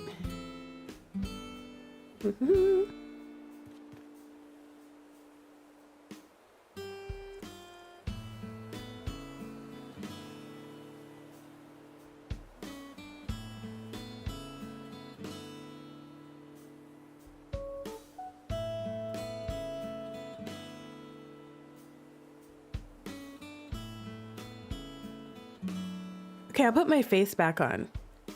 Now that you got to see the splendor of the temple, and right behind the temple you can see the aqueducts. Isn't that cool? And then, let's see, what else have I not shown you yet before I go into the houses? What was the most interesting topic you learned about ancient Greece and Rome? I love that question. The most interesting thing. I studied ancient Greece and Rome language and culture, like I said, for 6 years. I still remember a little bit of the language of Latin, just a bit. I can still say, Salve, queres nomen tibi? Nomen mihi est Ru, Jitterrue. Saluket. Quid august hodie. So I said, hi, my name is Jitterrue, what's your name? And then I said, is the sun shining? Ah, yes, it is today. I still remembered how to say some things. I also have a joke, okay? If cogito ergo sum means I think, therefore I am, then cogito ergo spud means I think, therefore I yam. Get it? Like sweet potatoes. I'm so funny. The most interesting thing, I really liked mythology. I loved mythology, and I actually have a house dedicated to mythology in here. Trying to see if there's anything on the outside of this island that I haven't really showed you. Well, here you can go into the amphitheater. I think I based it off of the Parthenon, I think. Can't remember, but it's definitely it's an amphitheater. And you can actually play instruments over here. But anyway. And the gyroids will rock out with you. I love this.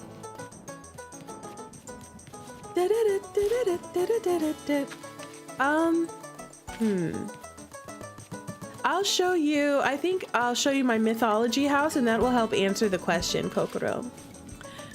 Yep. First I'll show you the main house, and then I'll show you the mythology house. Because I think that's the last of my island, is the houses. You're not wearing your outfit, girl. Why are you thinking? You're not allowed to ever leave this island. Never, ever. You can never, ever, ever leave. You're stuck here forever. For your entire existence. How dare you even consider leaving? Hold on, I have to tell her she can't leave. Yep, nope, nope. You are not allowed. Nope. No, hell no. No, you can't leave. You belong here. Forever. Listen, I'm a yandere, okay? I'm in charge of this place. You're not going anywhere. None of y'all are going anywhere. What are you doing on my island? Get out of here, Rossetti.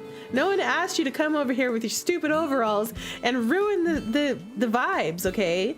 You need to wear a toga or get out. Toga or bust. How dare you? How dare you? He came in here wearing overalls, y'all. How rude. How could he? This is a domus. Of course, I'm super rich on this island, and I live right next to the downtown area, which would be hot place to be. You know, like the rich part of downtown.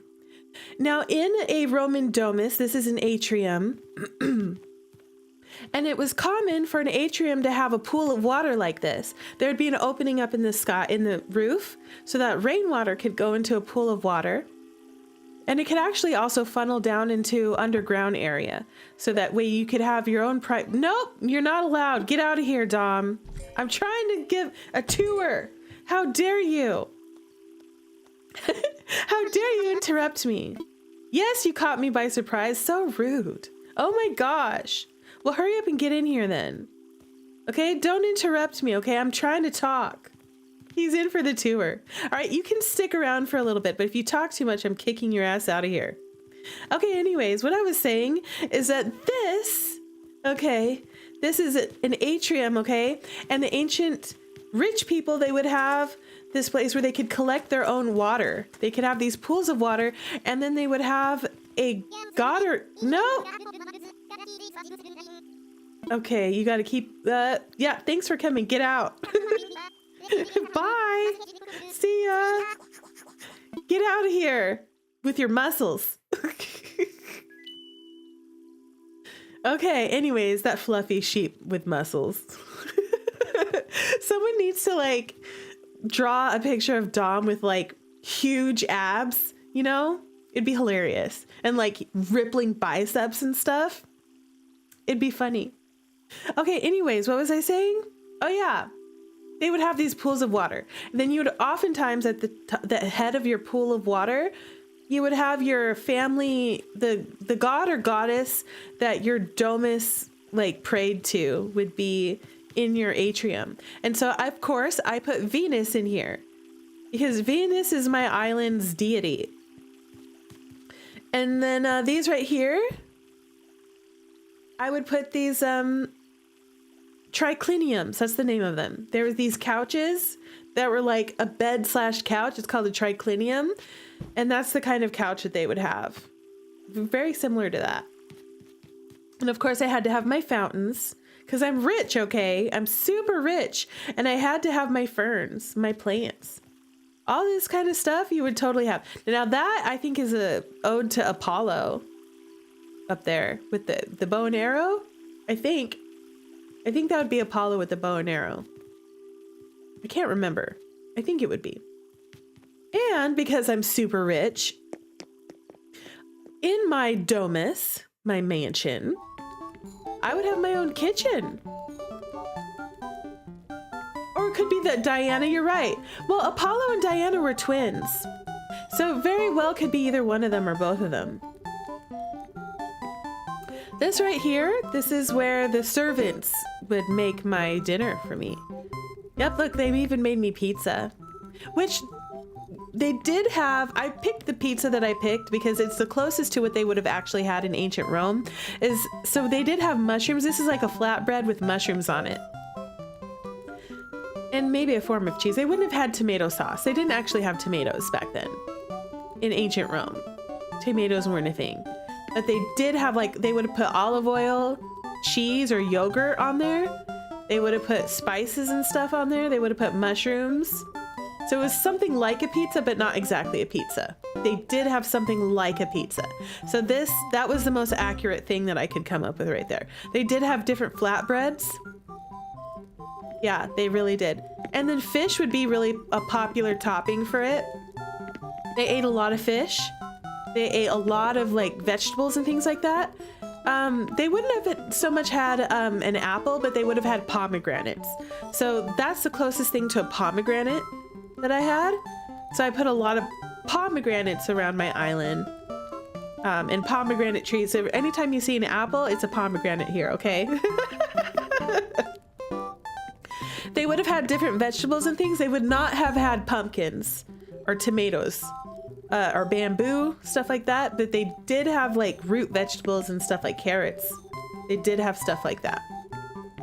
They had a lot of like leafy greens. They would have had a decent amount of leafy greens and things.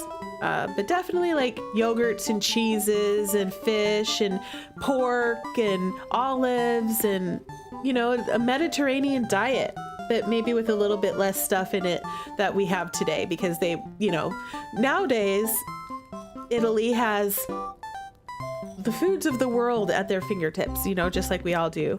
The world is a much smaller place than it used to be back in them days. I know the pottery is moving in time to the music. It's so cute. I love them. And then this would be called, this is my garden, also known as a hortus. And it was very common for a domus to have a garden in the back area. And I put an ancient deity here. This is one of my favorite rooms. I love this room. Isn't it peaceful? Oh, so lovely. I love the music in here too. And I tried to pick plants that looked like plants they actually had in ancient Rome and Greece. So like cypress and things like that. I looked at a whole bunch of pictures and picked out the plant choices based on the things they actually had. And they actually would shape plants into shapes like this. They actually would do that. So that's why I picked those. It's one of my favorite rooms in the house. I love the atrium too. I especially like how my atrium has the tile, but I also have actual water on the floor. Look at that. It splashes and everything. I love that. Yeah, I have indoor and outdoor columns.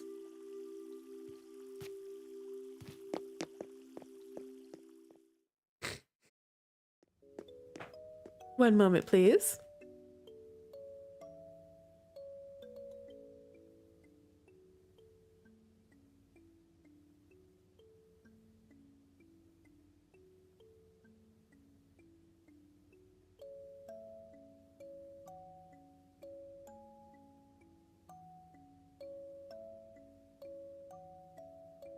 Still getting over that stupid COVID. Ugh, gross. This right here is my dining hall. And so I have more tricliniums. These are even more like an accurate triclinium than the ones in the atrium. And this is what they would actually have in their dining areas. The rich people, they wouldn't have like chairs around their tables. They'd have a table and they'd have it filled with food and they would feast and they would like lean on their triclinium. And then they would always leave one open area where they wouldn't close it off because this is where the servants would come and serve them. The servant could easily come in here and they'd have a side table just like this where they would put fruits and foods and everything. And then they could come in and serve you without getting in your way. That's what they would do. And so therefore the rich people and your guests, you know, you would just hang out here and you would recline, lay on your side and, you know, eat, you know, and chill while you had a feast brought to you. Yep. And I have music in there. We've got fire and candles for lighting. So this is, you would have had wine. I have all of these clay, what are they called? Not vases. What do you pour stuff out of? My brain. They had, well, anyways, you would have had wine in there. Wine and water. A pitcher, thank you. Clay pitchers everywhere, and you would have put wine in there. And a lot of times, like the Roman wine, like they would drink wine all day long, but it was watered down. So a lot of times you would put wine in your water because water wasn't safe to drink on its own. That's why wine was so important in the ancient world, is because you put a little wine in there and it kills bugs. And it makes your water safe to drink. And then you can hydrate and drink water all day and not get, you know, diarrhea all the time. I love the mermaid stuff. It's so pretty. I love the colors. Let me show you. I have my own personal bathhouse, which was also accurate. If you were rich enough, you would have totally had your bathhouse down here. Your water flowing down from the atrium, you could have had had it just so it would flow into your bathhouse. Now the Romans, they found a way to have a hot bath and a cold bath. So you could have both all the time. They loved their baths. They were really smart. Like the hot bath, they had like these crazy things where they had fire under the ground and stuff. They had other layers where you could like light fires and have it hot. Or they had ways where they could just keep it cool because it was underground.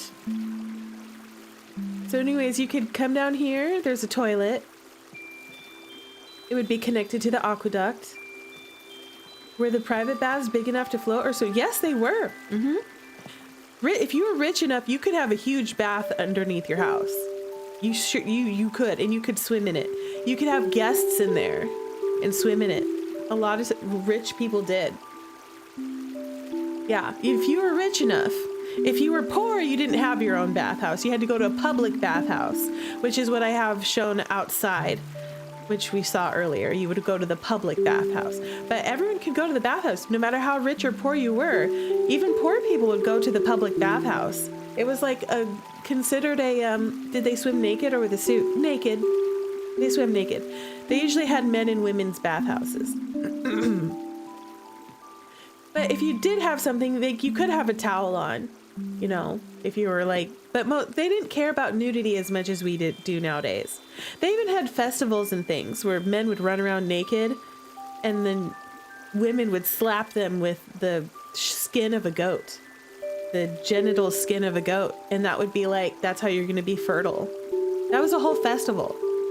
Yep. We're going to smack young men running naked with a goat skin for fertility. Yep.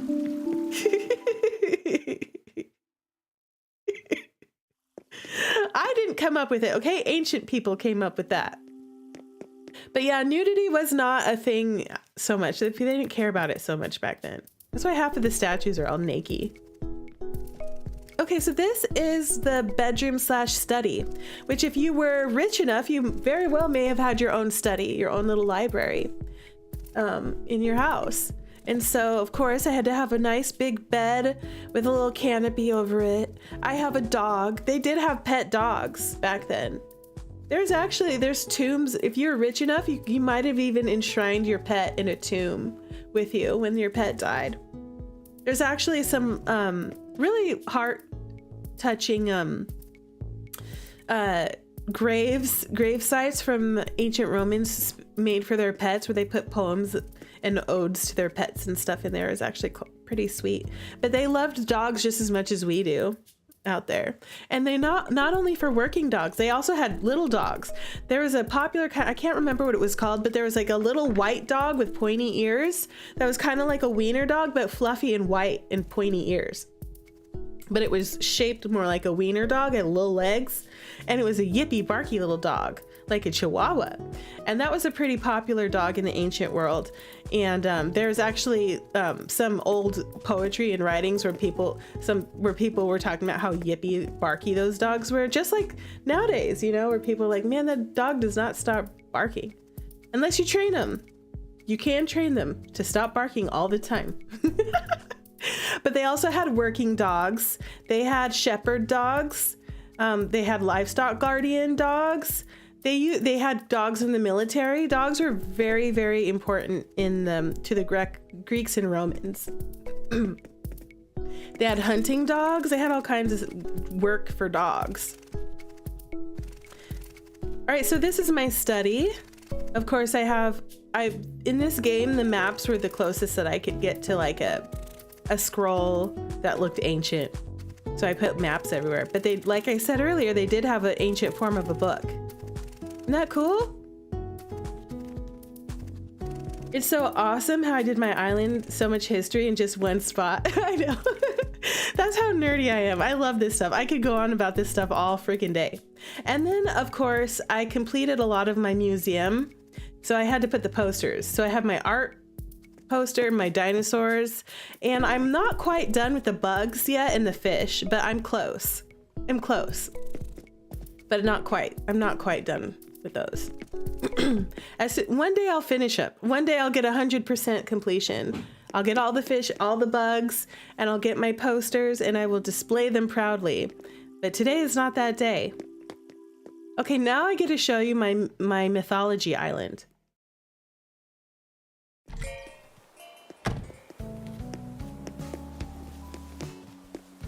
Good thing I have mute on a hotkey so I could cough and not gross you all out. Stupid COVID. Okay, this is the mythology house.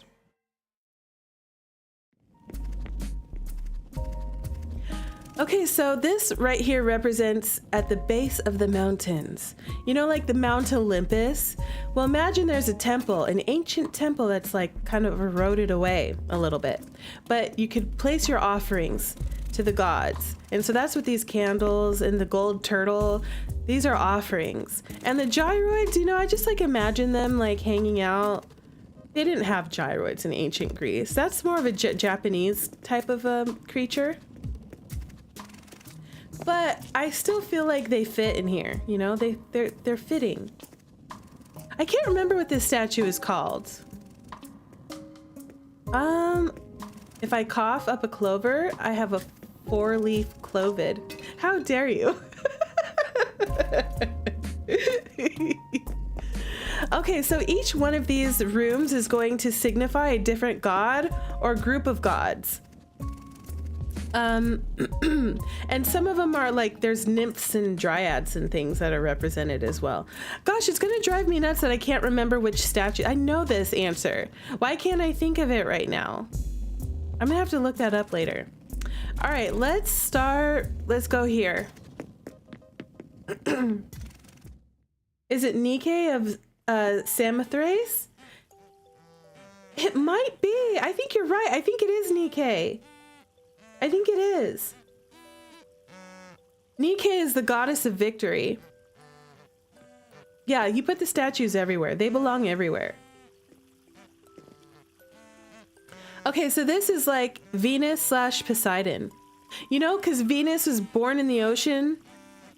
Venus was born from Zeus's blood in the ocean, and then she came up out of a clam shell. And so that's what the clamshells and stuff signify. And Venus is also the goddess of love. Aphrodite is her Greek name. She's like the goddess of love and passion and desire. So everything's like pink and pretty and beauty, you know, like beauty and love is Venus. But then Poseidon is also, he's like the god of the sea. So he would be, and then there's also like, I think Themis. There's different nymphs and things that had stories that would be captured in here as well. And I put these gyroids in here because they blow bubbles. If you could see, there's like little bubbles floating around in here. It's for those gyroids. There you go. That one. Bubbles. Blow me bubbles. Come on. Do it. Do it. Why are you not blowing bubbles?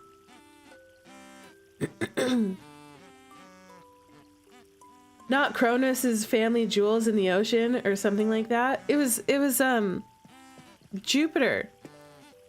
Jupiter's family jewels in the ocean. The birth of Venus. But Poseidon is Jupiter's brother. Venus, I think, is Jupiter's daughter. Dionysus is also Jupiter's son. Half human, half Jupiter, I'm pretty sure.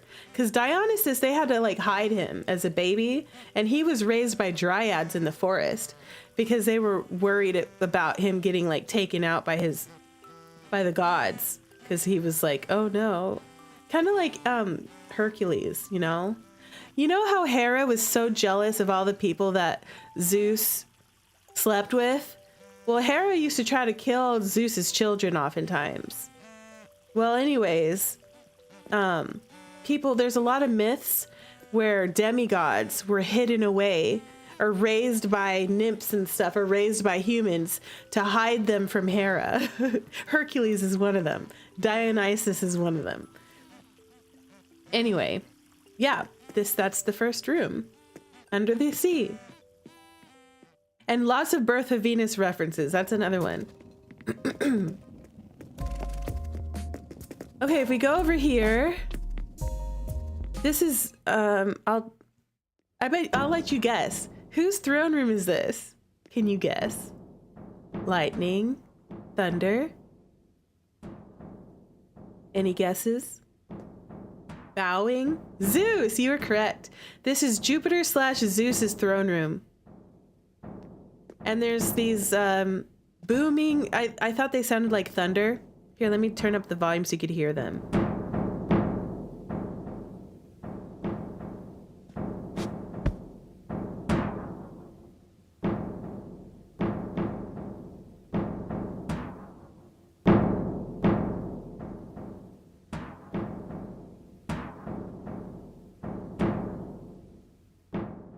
Isn't that fun?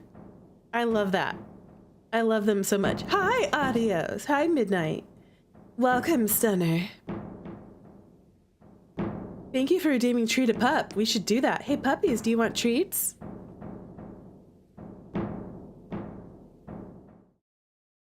Hi, doggies. Penny and Bo.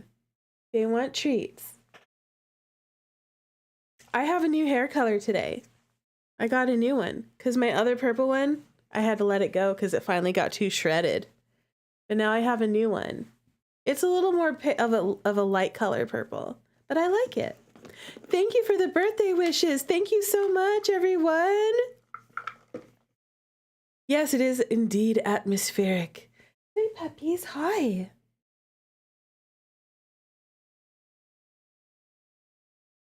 Here. Let the people see you. Good boy, Bo. Good girl, Penny. Good, happy dogs. Penny's all chilling. She's laying down. She's napping. She doesn't want to get up all the way. Here you go, honey. Thank you for redeeming Treat a Pup. Yeah. They're so happy. They're so happy. You want to get a dog cam? You should. It's a beautiful lavender wig. It has a gradient. Kind of, sort of. It's like, it just kind of was very shiny on the top. I have this other dog cam too. See if you can see them. Let me put that on. Where's the other dog cam? There you go. Now you can see Penny better with the second dog cam. There she is, being all cute and pretty. Hi, precious puppy dogs. Okay, I will boop snoots for you. Boop. Bo is like dodging it. There you go. I booped the snoots. Just for you, Midnight. This is Penny and Bo. They are both Great Pyrenees mixes. Yes, they are. Yep. And in one of my islands, in my final island I'm going to show you, my original island, there's lots of Penny and Bo. They actually they live on that island. Yay, doggies. Good doggies. Okay, no more. We're done. They're like, oh, okay. All right, then. We're going back to the show. Yes, you are all correct. This is indeed Zeus/Jupiter. I put the discus throwers in here because they look like they're bowing. You know? They're bowing to the king of the gods.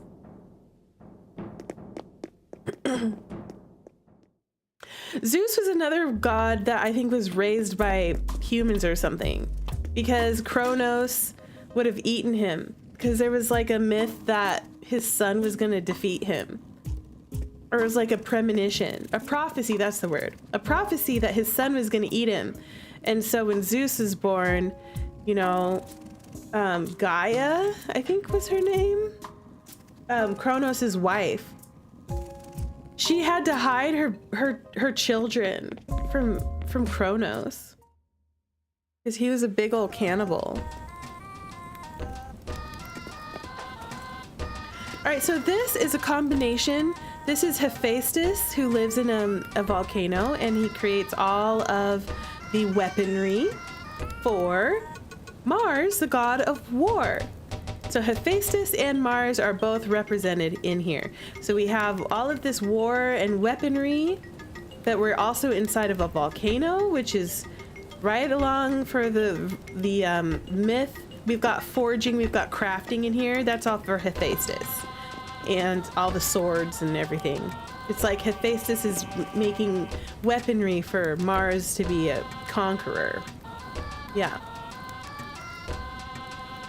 That's what this is. All the helmets, swords, bows and arrows, all kinds of stuff. Hephaestus is a pretty interesting god to me, because he was also a cripple. He was considered like the least handsome of the gods. And there's also a story where he couldn't really get women, so he tried to force himself on one of the female gods. I can't remember who it was. Maybe it was Venus. Anyways, she messed him up pretty bad from that, which he deserved. There's a lot of stories, unfortunately, of gods like trying to take what they want from women, which is also the story of the remember the Medusa? Medusa's story is pretty sad. So Medusa was a goddess. She was a priestess.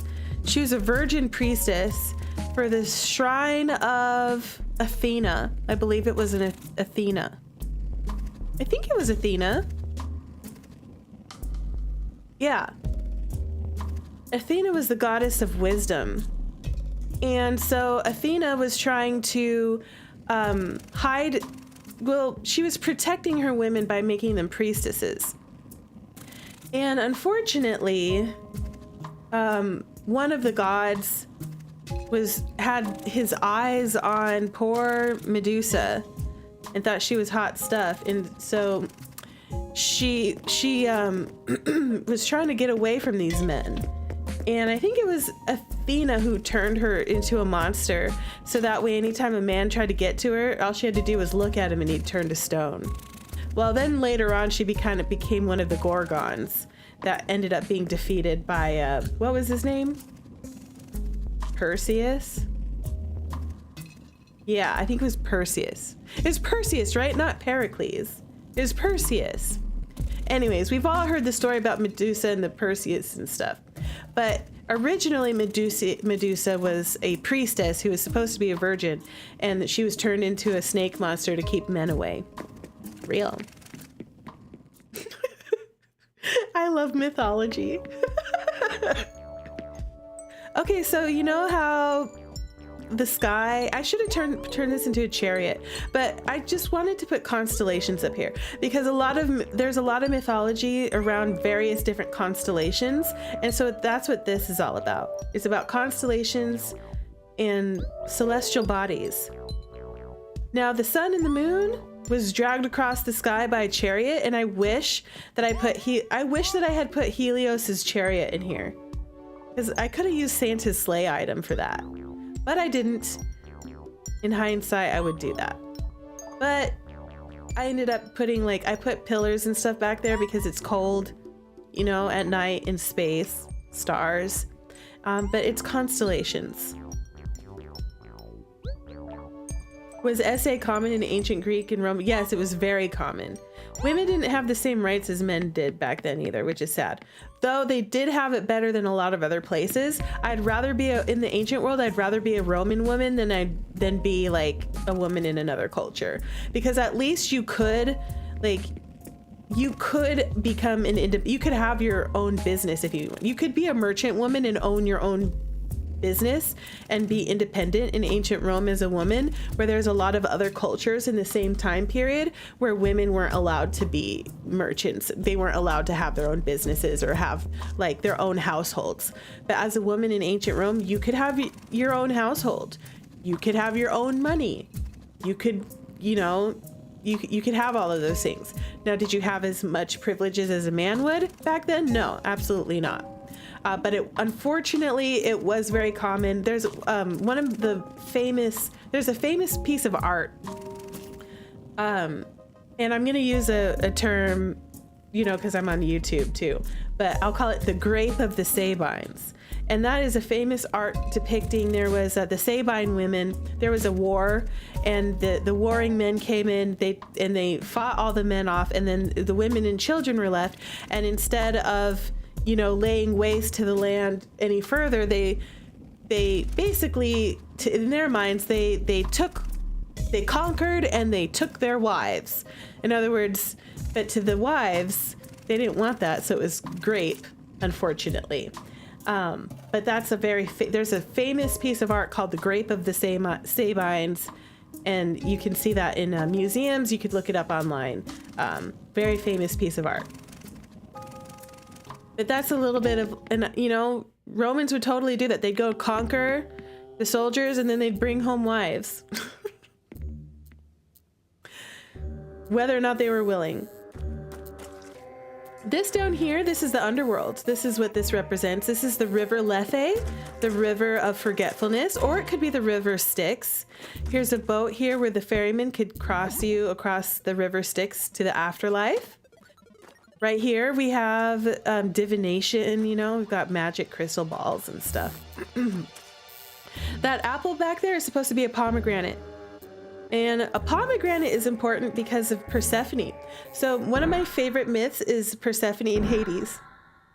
Persephone is the daughter of Demeter, and Hades became her husband. Now, she didn't really want to be Hades' husband, but he was in love with her. And he said, Hey, Demeter, I'm in love with your daughter, Persephone. She's hot stuff. And I want to marry her, and I want her to bring her to the underworld where I live, into my realm, so she could be with me forever.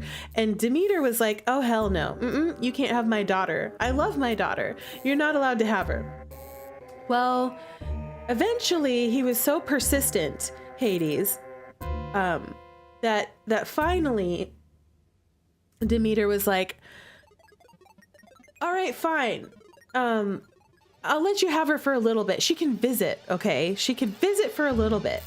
And so Persephone goes down there, and he's like, hey, the deal is you can leave whenever you want to. You're not here by force. However, if you eat anything down here, you're stuck here forever, okay?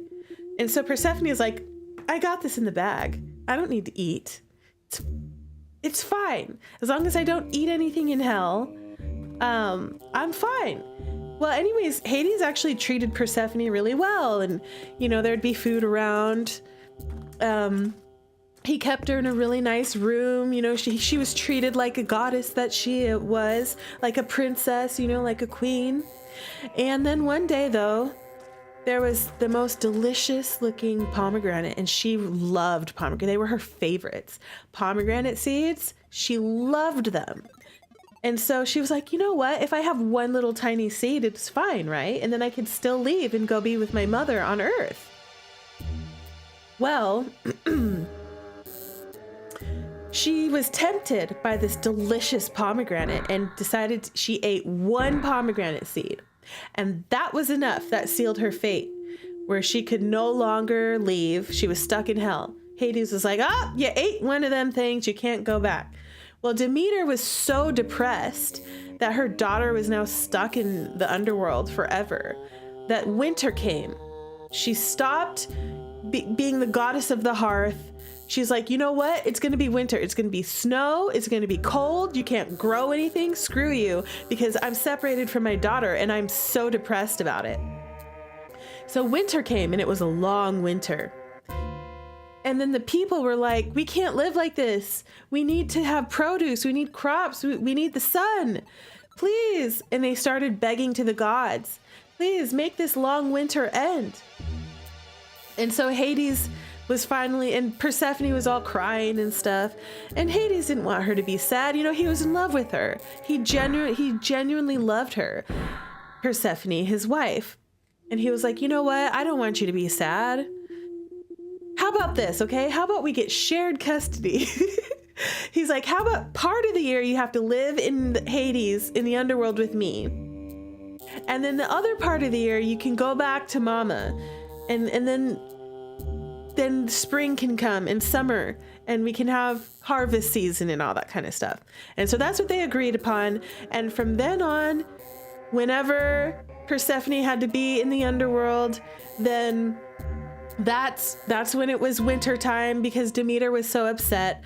But then when her daughter came back from the underworld, then we had spring and summer, and we could have produce again. And that's how the seasons came, according to that myth. Well, anyways, if you keep going on in the mythology, Persephone actually ended up falling in love back with Hades. And they actually ended up becoming like one of the few examples of actual love in mythology, consensual love even, where they both loved each other just as much as each other. I guess Hades ended up being a yandere, and he won out. Hades was a yandere, and he won. He was so yandere that he wore Persephone down, and she finally fell deeply and madly in love with him. And then there's like a lot of sweet there's other myths about Hades and Persephone, about them being in love and being like this example of love in the underworld and everything, and giving up your lifestyle to please the other person and stuff like that. And there's some sweet myths around them. But anyways, that's what this whole thing is. We've got a tomb with some dark energy going on. We've got, we've got helmets and death, dead soldier type of imagery. And that's the pomegranate is all about. Yes, we also have Orpheus and Eurydice. That's another one of my favorite ones. So Orpheus and Eurydice died. And Orpheus is like, I'm going to rescue her. I'm going to go to hell and I'm going to rescue her. And here's the deal. It was like, okay, you can come down here and you can try. But if you look over your shoulder, she will turn into a pillar of salt and you'll never see her again. And so, Orpheus is like, I got this, I got this. I'm going to rescue my dead wife. I'm going to bring her out of the underworld. Well, of course, he goes out there and they're almost out of the underworld. And just before they're about to climb out, guess what he does? He looks over his shoulder to make sure that she's still there. And then it's all over. It's over. Yep, he made a big mistake. You know what? In Cupid Parasite, in the fan disc, Cupid Parasite, Sweet and Spicy Darling, there is a big reference to Orpheus and Eurydice in one of the roots. I won't tell you which one, so it's not a spoiler. But I highly recommend Cupid Parasite if you like Greek and Roman mythology. There's a lot of references in there because of Raul and also because of Alan, actually. And actually all the characters have little bits of things sprinkled in there, if you think about it. And especially Lynette, the main character. But yes, the FD continues that tradition of there being more Greco-Roman inspired mythology and history, which is pretty cool. Which is why I had to bring up Cupid Parasite. Raul would love my island, okay? He's obsessed with mythology. He would love my island. So there's my mythology house. I showed you the whole thing, and we talked about a lot of myths.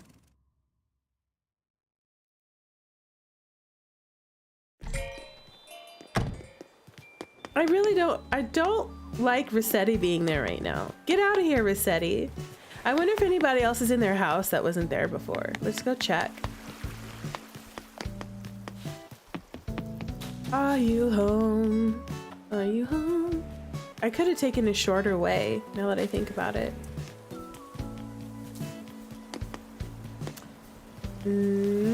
Anyone else home that wasn't there before? No. How dare you? How dare you? Ah, Rodeo is home.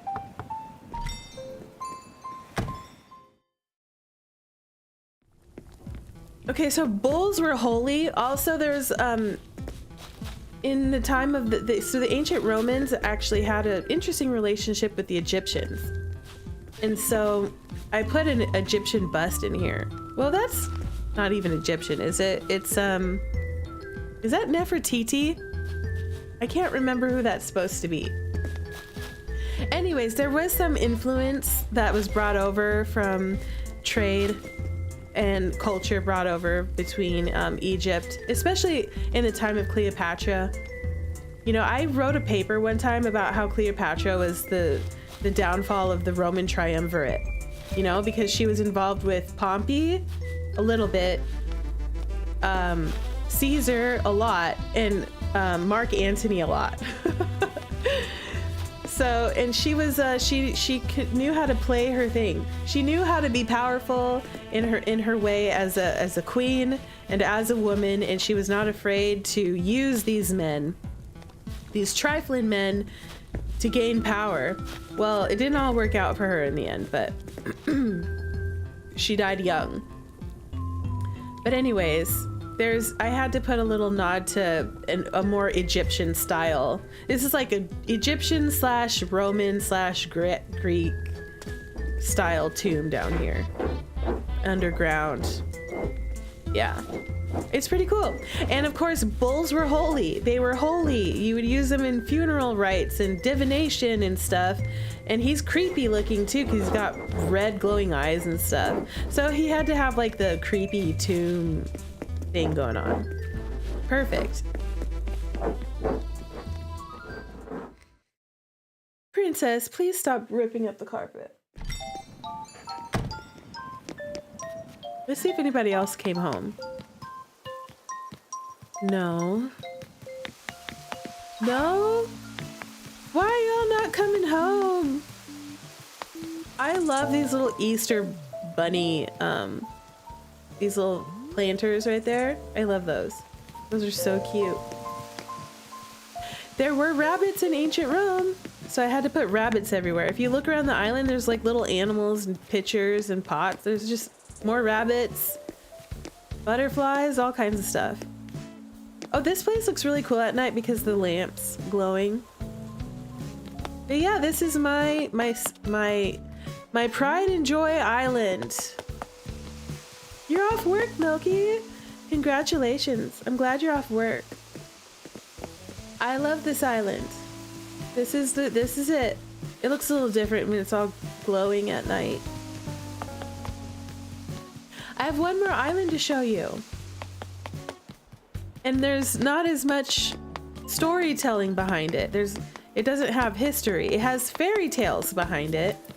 But it's my original island before the 2.0 update. It was preserved from the earlier version of this game, and that's the one I'm about to show you next. Do I have a favorite ancient holiday? My favorite ancient holiday. Which one would be my favorite?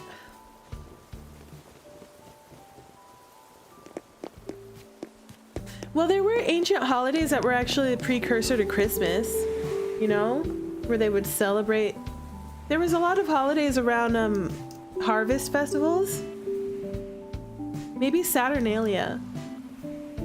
It's hot there? Let me read to you a little bit about what Saturnalia was, because that was a cool one.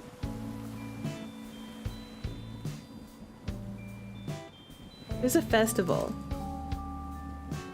Okay, so Saturnalia was an ancient festival that was held in December, and it was to honor the god of Saturn, whose name was Saturn was an agricultural god, basically, like a harvest god. And so it was like a winter solstice type of a celebration. There was gift giving. It was like of the precursor to Christmas, if you think about it. But there would be banquets, there would be parties, and it was one of those few festivals where no matter what your social status was, people would come together. So you could be poor, you could be rich, and everybody would kind of come together. So even the slaves, they even had like part of the festival where there'd be like a feast where the master would serve the servants and things like that. And this, you got to be, if you were a servant, you got to be the master for a day type of stuff. They would have gift exchanges and things like with pottery or candles, or they'd have like little figurines, wax and things like that. They wore a lot of colors for Saturnalia. Like they'd have like their toga would have like a color on it, but they'd have different colors rather than just like the purple or whatever. And then and it was all about like just people coming together, people being free, people like doing what you want. And it was just kind of like a fun way to break down all the walls of regular society and kind of have like a winter festival in honor of the god Saturn. I think that would probably be my favorite one, was Saturnalia. And it lasted a whole week long. They'd be partying for a whole week. Yeah, you got to be master for a day.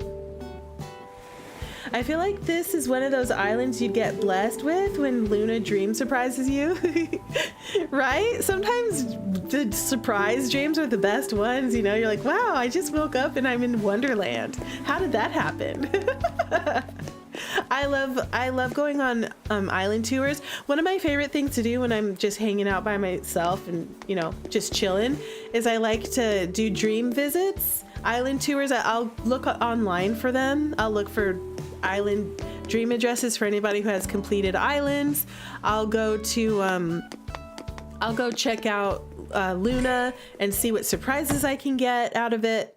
I love island tours. And actually it's like the thing that during COVID, I was obsessed with Animal Crossing like everybody else was, but I like played so much Animal Crossing for years. And anyways, let me show you my first island before we end for the day.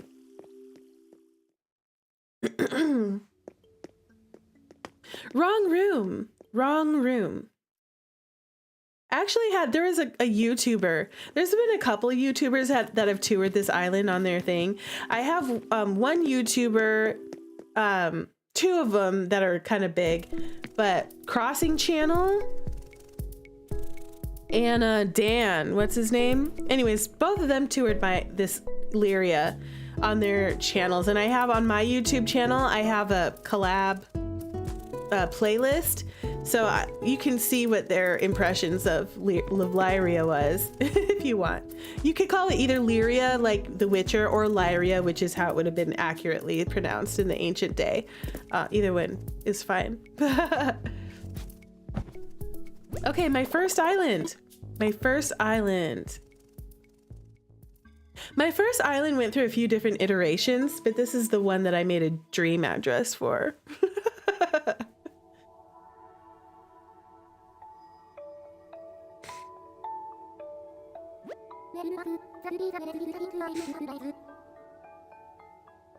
Now, the one thing that I did not put in my my island that a lot of people criticize me for is the Colosseum. That I didn't put a gladiator ring. Well, I put the Circus Maximus in there, and then I felt like I had like the warrior camp and stuff, and I had the amphitheater, and I had a hard time making like a circular structure that looked enough like the Colosseum rather than like the Circus Maximus, the Circus Maximus. And then, I mean, I guess I could have done like pillars around, but it was all looking kind of boxy, and I guess I could have put like a dirt patch with like swords and nets and stuff in there. But in the end, I was like, you know what? Not every Hellenistic city had to have a Colosseum, okay? It's fine if Rome had the Colosseum and other cities didn't have it, right? It's fine. But yes, I do not have a Colosseum. You are correct. But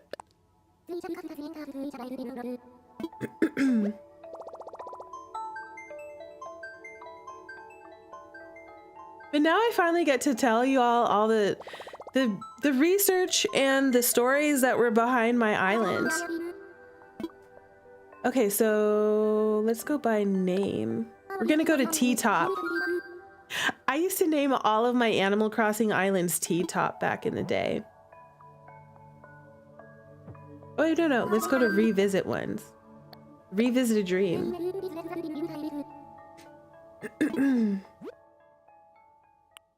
TeaTop.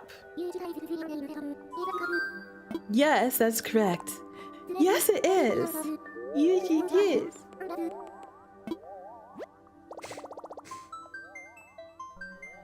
This is gonna be like early days of Animal Crossing. Okay.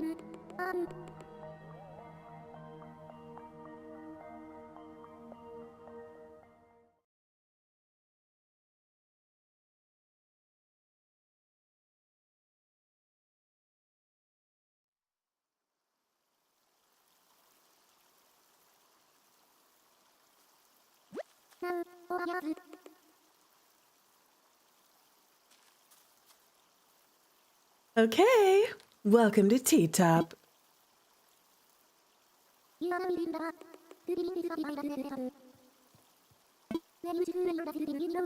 Oh my gosh, I have this nostalgia feeling right now. I have a deep sense of nostalgia waking up here. Oh my gosh. TeaTop. This is my first completed island. Or my second one, actually. My first one looked quite a bit different, but I didn't save it. I built on top of it. I cleared it out and started over again and didn't save a unique DA. But when I finished this one, I didn't want to ever lose it. It's a Fairytale island, and it has different biomes. So let me go ahead and get dressed first. I have to get dressed for my Fairytale Island TeaTop. Also, there are little hidden tea, there's tea and coffee items everywhere. So there's teapots everywhere. And so I had like a little mini game where I would have people see if they could guess or count up all of the teapots. And if they were correct, I'd give them like a little like gift or something. I'd send them something in the game, like an item. Only like 2 people got the correct number of teapots. So if you notice teapots, if you can count them up, let me know if you can guess how many teapots there are out here. There's a lot. All right, so this is like my trading area back then, and I have a little outfit. The trade station. See, remember back in the day when people used to make trade stations like this? This is like the early days of Animal Crossing, preserved before the big 2.0. Oh my gosh, that looks so cute with the purple hair. Stop. Oh my gosh, stop. A leaf mask? Let's see. Oh yeah, I remember that. I don't want to wear it though. Nope. The frugal outfit, that's what I'm wearing now. Oh, is it just different color? Let's see what it is. Oh, it's the guy. Okay.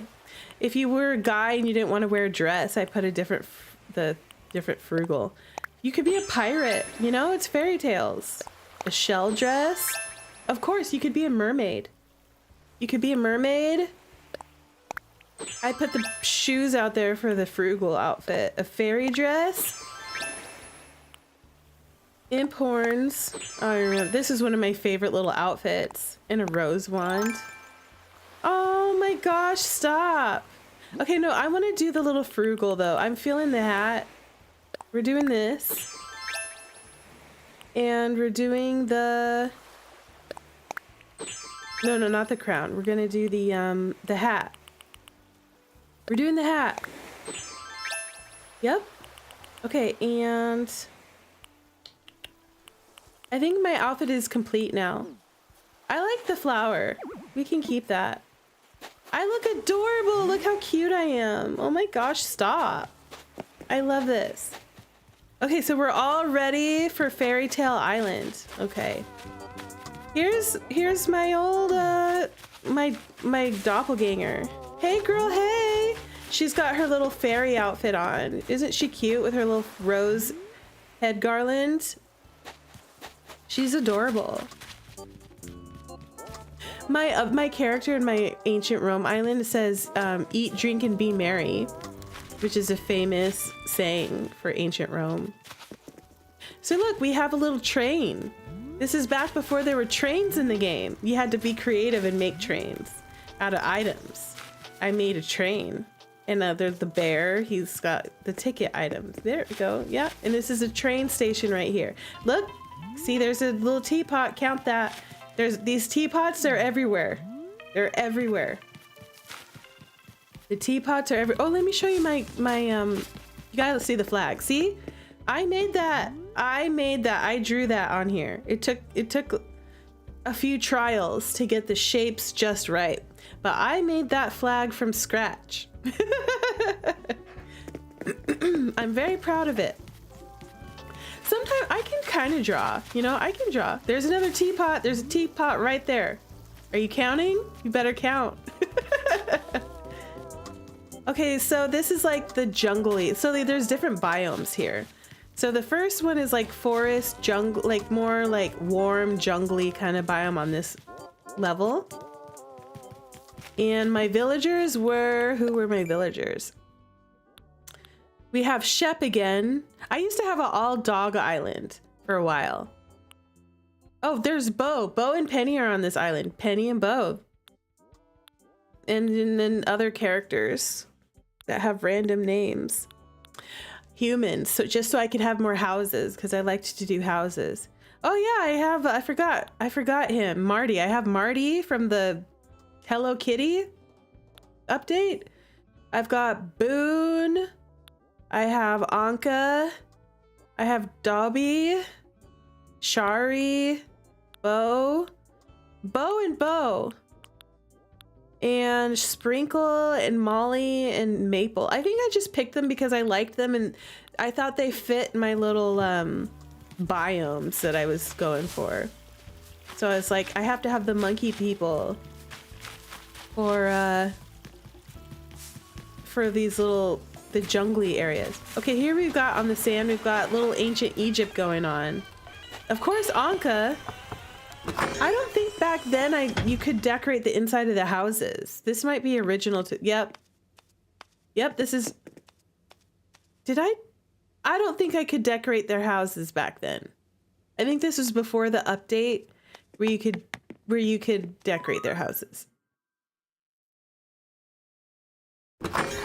You could give them items that hopefully that they would put up. Back then you couldn't do all that.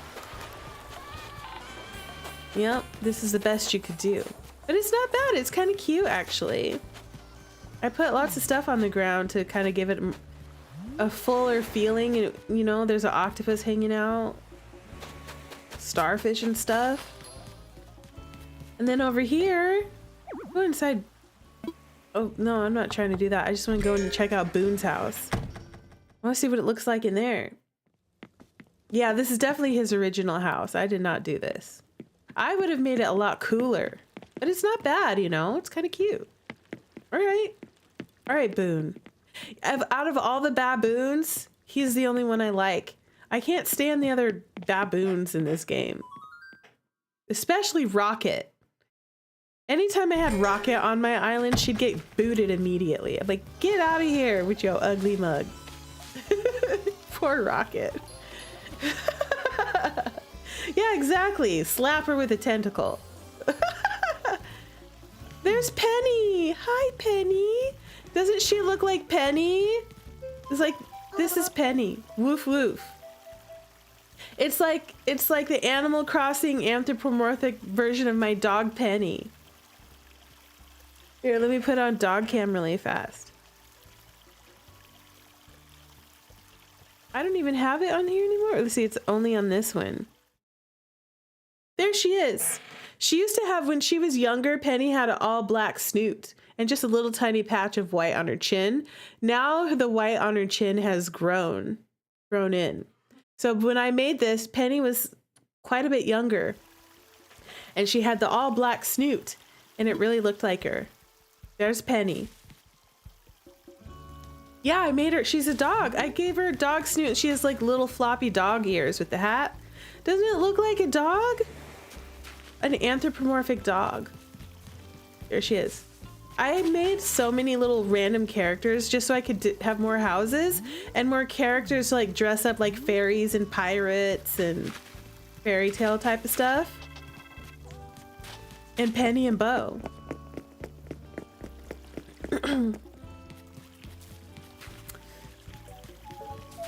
There's mushrooms everywhere. Oh yeah, I was really into yellow flowers at the time. This right here, I turned it into like a big fishing lake, which is kind of fun. This is like my entrance. If you came in from the airport, there was not that much space between the resident services, but I wanted a cool entrance that was fitting, so I put a big old lake here. I love it. My island Beau doesn't look super sad. Oh, he does. You have to see him. Oh, look, I put sea turtles on the beach. That's actually, I forgot I did that. That's kind of cool. You had to be extra creative back then because we didn't have all the 2.0, 3.0 update items. So we had to like create stuff out of random objects. This right here is like a camper van. That's what this is supposed to be. It's supposed to be a van on the beach, you know, like an RV or something with a dog. Of course you have to have dogs. Dogs everywhere. Dogs everywhere. I kind of wish I still had my all dog island. I had an island where all of my villagers were dogs and I had every personality type. I had all dogs. It was great. At first I didn't like Mac as much, but then he grew on me and he became one of my favorites. So this first part was like jungly, hot, beach. There's some desert. And then if we come up here, there's a really cool underwater area, which I have to show you next. Hi, Dobie. Look at this. There's owls looking through the trees. See, we had to be so creative back then. Oh my gosh. I'm not that creative anymore. What happened over the last few years? It's been 6 years. This is 6 years, yeah. This game came out in 2020. I put little like beach camps, picnics everywhere. I put dogs everywhere because I love dogs. I love this. I love this beach stuff. Oh my gosh. I still love it. It's so cute.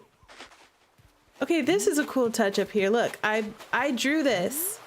I took a picture of my phone so I could reference and draw the little lighthouse in the game right there. I actually drew that.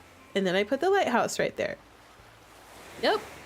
I'm still proud of that.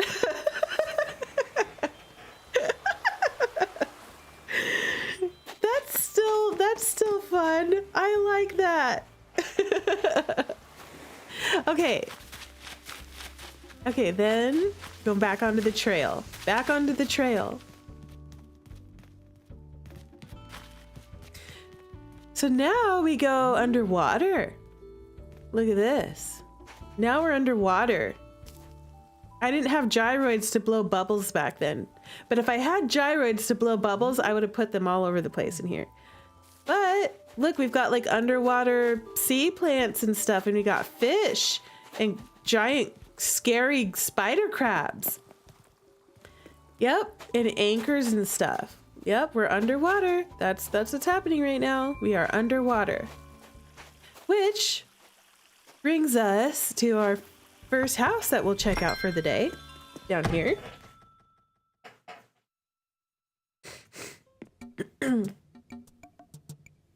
This is a beach resort area. How cute is this? I love this beach house. And we have actual water. We're like in the pool. And we go over here.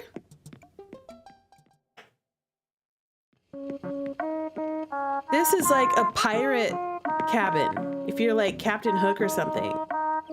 You got, this is your, if you're the head pirate, you're the captain, you have the fanciest room. You know, you can have your dinner down here. You know, you've got gold plateware. You have a fancy tub and everything.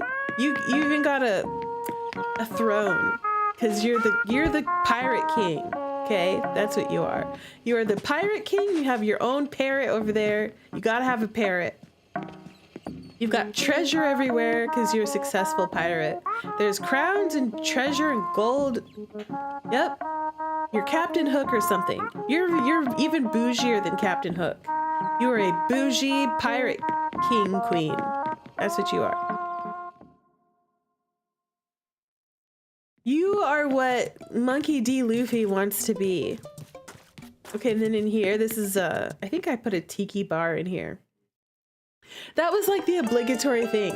You had to have tiki bars back in like the first version of Animal Crossing New Horizons. Everyone had tiki bars everywhere.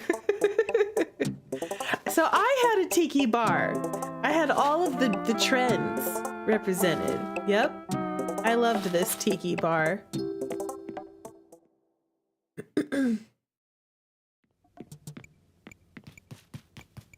And then, what did I put over here? I don't even remember. Oh, okay. This is, I was collecting like clam seashell furniture and stuff, mermaid stuff. This is what I came up with. You know, it's underwater. We are underwater once again. I definitely leveled up when I did that underwater room in the ancient Lyria. You can see how things like progressed, you know, my skills. Lyria is like my best island. This is my first island, my first saved island. My second best island is my space island, but Lyria is my number one. Okay, this is the pirate ship deck. Actually, this totally does look. This is the Mario flag. Yep. We have to put Bowser looks more like a pirate skull. Yeah, pirate treasure. We even have cannons. We've got little outfits, you know, like they're out here swabbing the deck and stuff. We've got Mr. Shmee, and we have Captain Hook over there. Yep. And we have adventure music, because we're pirates. And a treasure chest, exactly. Now we're underwater. Actually, I quite like this still. This still looks like underwater. Also, I purposefully turned off the lights in here so that way it could just be the lights from the glowing items to make it look more dark and moody like underwater. You know, because it's not bright underwater. So I have glowing eggs, glowing shells and bamboo and stuff that are like egg-like looking. That big old crab thing. Even the wallpaper glows a little bit, I think, on the top of it. You know? My picture right now, I look like I'm underwater because I have my color, my blue light behind me. It looks like I'm in this room, for real. Yep. And then I have fish everywhere. fish in strategic places. Like little cute fishies. And it's also like this is like underwater city. There's ruins down here. I always like the idea of like ancient ruins, you know? It's like Atlantis could have been down here or something. You know? With the Chinese lion dog. That wouldn't be in Atlantis, but still, you get the idea. It's like a grotto. Yeah, I dig that. Well, that's house number 1. There's a lot of houses on this island. But I started off doing all the houses and then I did the outside. I even put, look here, I put like turtles and stuff. I don't know. Little random things that I roped off. Anyway. Okay, this time, do I want to go up that way? No, I won't go up that way. I'm gonna come down and around.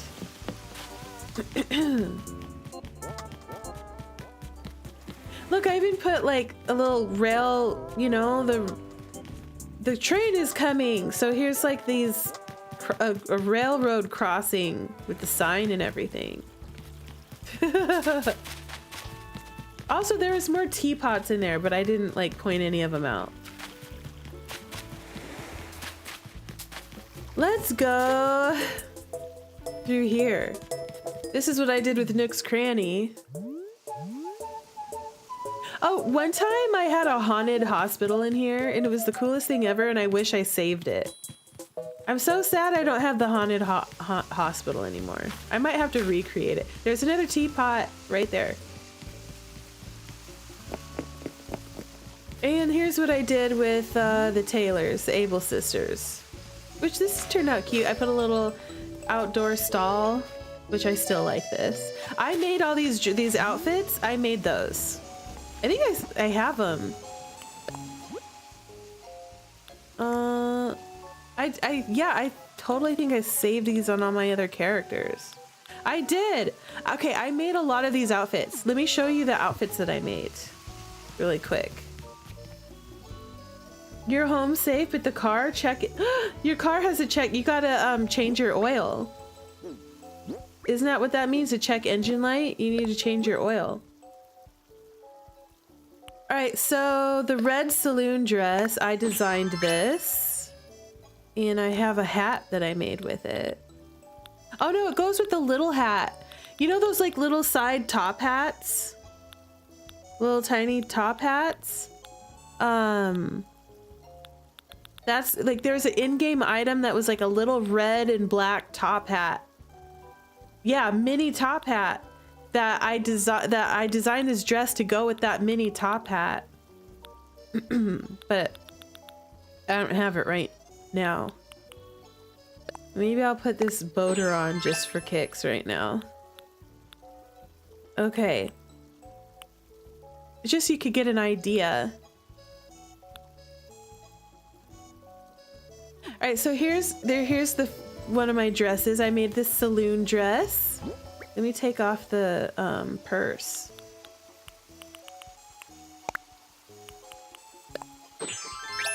There we go. So here's one of my dresses. And then I have a short version. There's a short one. Yep. I made all these cute little saloon stuff. I loved it. I had a lot of fun with these. It took me a while to draw these out because I didn't, like, I had to do like each dot at a time. It was just kind of painstaking, but I did it. Here is, I think this is the one that I meant to have to go with this boater hat. This little circus outfit. And then you're supposed to wear black shoes with it, I'm pretty sure. But anyway, I like took this design and I made different colors out of it. You know, I started with one design and then just went crazy with colors.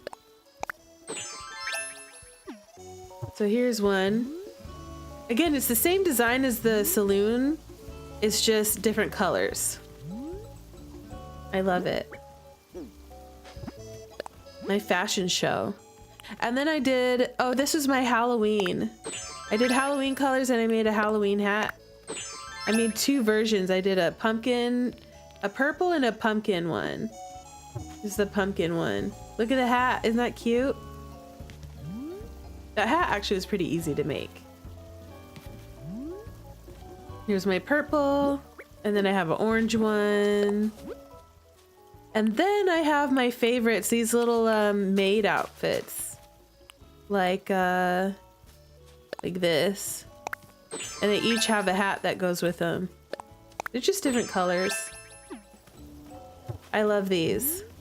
Isn't that cute? I have multiple colors that I prepared. I love these. I'm so glad they're still saved in this character's items. Then you can see my Lyria stuff. I made the made this shield. Oh, I made yeah, more variations on a theme. There's the yellow saloon dress. Yep. Yep. So whenever I transferred, I saved these designs from my other island to my Lyria island through character. That's why I can't edit them, because this island is no longer exists. I can't visit it, only through dreams. But I wanted to save my designs, so I had a whole bunch of designs in there that I ended up saving. And then not all of these are mine. Like some of these I got online on the thing, but a lot of these I did make. All the ones down here with the hats and stuff, I made all these myself. And of course the flags for Lyria, I made all the tunics and stuff, so you could dress up like Lyria. Look at that. Aha, you could dress up like my flag. Yep. My little Greek flag. Okay, time to put back what I had on. That was an interesting little detour.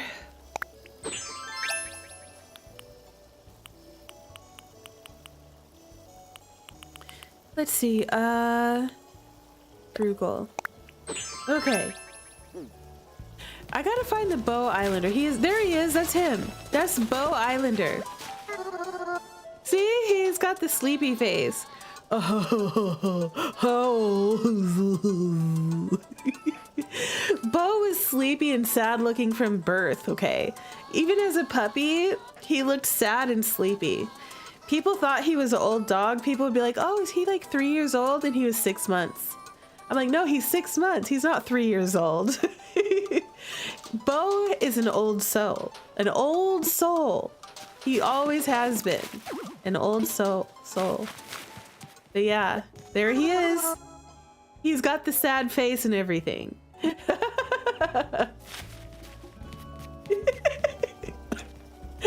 Excuse me.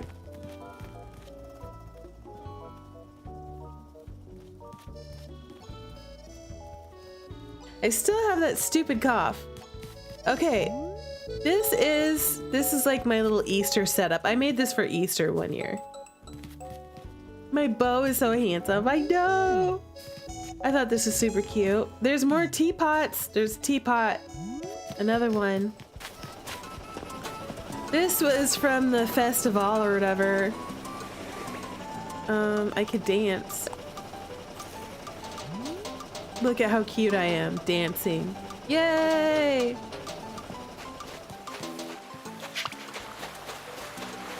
And yeah, this is a festival. Festival, that's what this is. Shake it. Another tiki bar. Like I said, back then everyone had tiki bars all over their beaches. Tiki bars everywhere. This right here. Okay, so there's a YouTuber or Twitch streamer named Holly who did a lot of Animal Crossing stuff back in the day. And I did a competition where I designed a room and I won goodies, and she came to my island when it was like early in my building stages. She gave me a whole bunch of items. She gave me like wallpapers and all kinds of cool stuff that I ended up using. Shout out to Holly.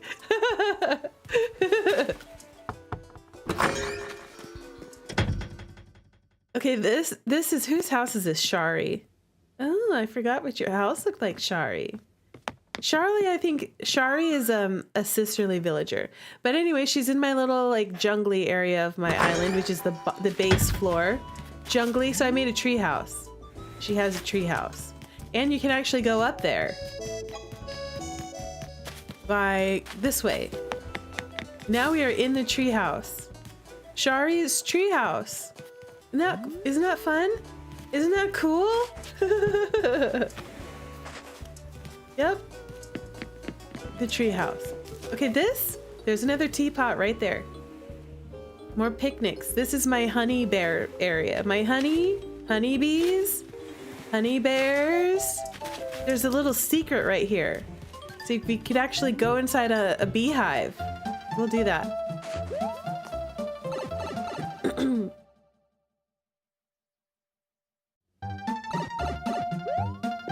Just like in my space island where I made it like a secret room, a secret way to get to outer space by pipes. We are inside a beehive now. Isn't that fun? Of course there's bears in here. And there's bees. There's bees on the walls, and then there's actually the little bee models, right? Like these. Aren't they cute? Yep, the bees and the bears, they live in harmony here. And oh, I forgot those little cute bees on the floor. There's a bee over here. Honey is so, I do love honey. I love honey. We consume much honey. I get raw honey. You know, raw, local honey in my house. That's what we have. All right, you saw the honeycomb house, the honeycomb room. This is the main house. The main house is like my little fairy abode. The fairies live in here. More tea, another teapot. I love that teapot item. All like the mom's items, chef's kiss, so cute. I love this house, this little room. And like any good fairy, you have to have touches of nature and toadstools and all that kind of stuff. You know, you gotta have your little bathtub so you could chill. My fireplace, it's so cozy. Local honey helps out. That's what they say. That's why I started doing it.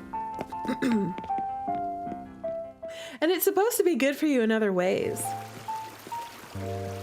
It's supposed to be antimicrobial. Here's my like little fairy bathroom. I have like another woodsy bath. There's a toilet and a mirror. You could wash your hands. Also, there's, storage in here. You could get dressed. It's all misty in here. I love it in here. This is so fun. I still love it. I love these, the laundry items. The old style. I still love this. Even though this is Animal Crossing 1.0 or whatever, I still love it. It's nostalgic coming back here. It's so cute. What did I put over here? Oh, piano room! My concert room.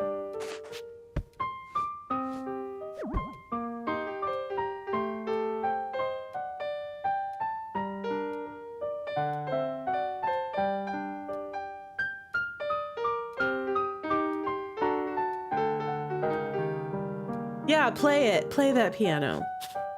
There's another teapot right there. And plenty of seating. Plenty of seating for the concert. And flowers and all kinds. It's a full-on concert, okay? For the piano in the woods. That's what it is. It is a fairy concert in the woods. With tea and glowing mushrooms. The mushroom items are some of my favorite items in this whole game. I really had a lot of fun making the mushroom furniture and putting that out on the outer space island. Because like you could pick different colors and they worked really well as like, plants growing in outer space on the asteroid planet. That was fun. I enjoyed that. But I like them in this sense too, for my little fairy My fairy island. And this is just like a outdoor library, I guess. It's just a cute library. So that's what it is. This is before we had walls in Animal Crossing, so I created walls out of these. And then created like a window looking out into the mountains. Yep, this is what we used for walls before we had walls. Before we had wall items. We used bookshelves and stuff like that. But now there's actual wall items that I used a lot in Lyria and my space island. There's another teapot right there. Lots of books with butterflies.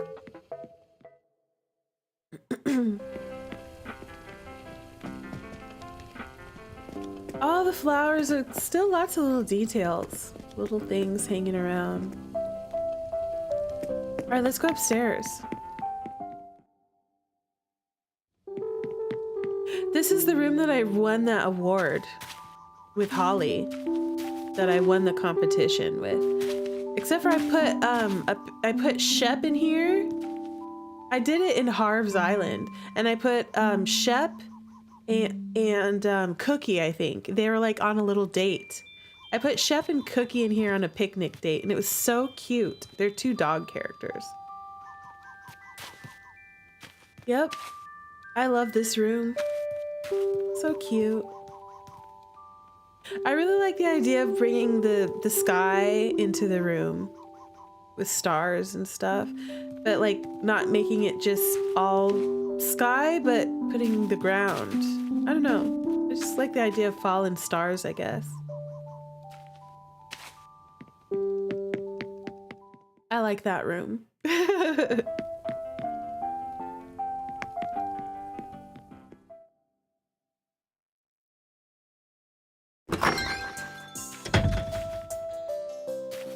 Okay, here's the entrance to my house. Isn't it cute? My little house. And we'll just kind of wander around. I've got t-shirts. This is like clothing item turned into an owl. Gnomes and stuff that reindeer lights up at night. This is the Animal Crossing Bo lives over here. The deer. Bo the deer. This is like the forest, like not so much jungly, but like forest mountainy summertime biome. So it's like green and lots of trees.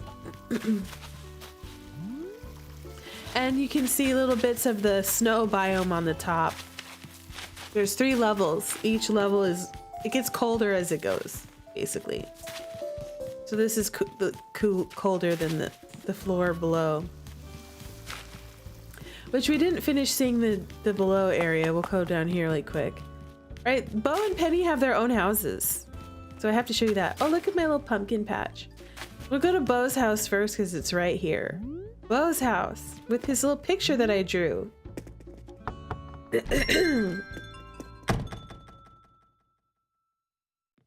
Again, it took me forever to draw those and make them look right.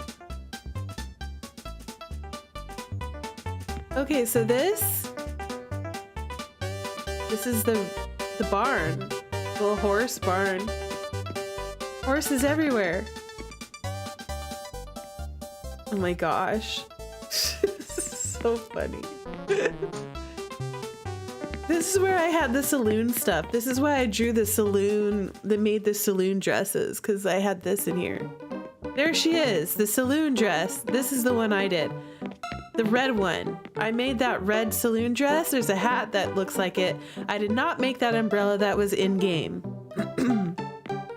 Someone else made the other dress. The bartender dress, someone else made that one. But I made the fancy red one. Has Bo ever met a horse or a pony? Yes, he has. The dogs have met chickens. They've seen horses. They've seen him at a ranch.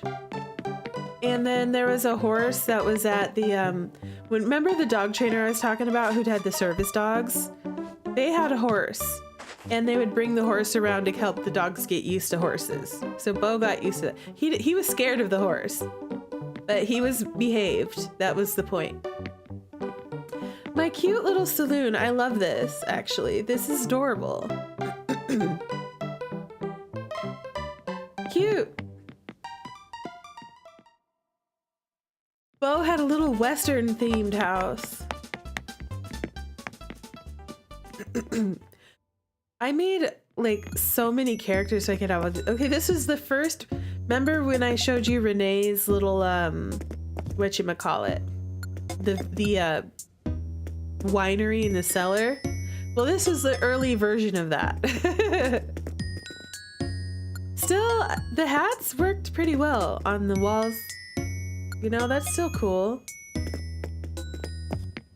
Of course, Renee's house is like the way cooler than that, but still, that didn't turn out bad. Did we go in here already? No, we didn't.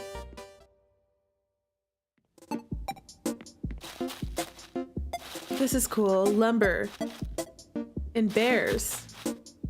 And fall. And monarch butterflies. I still like it. I dig it. I dig it.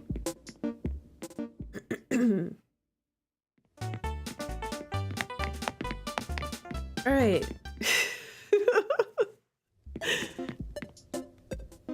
And this is like my cabin, you know, during Christmas. Christmas cabin.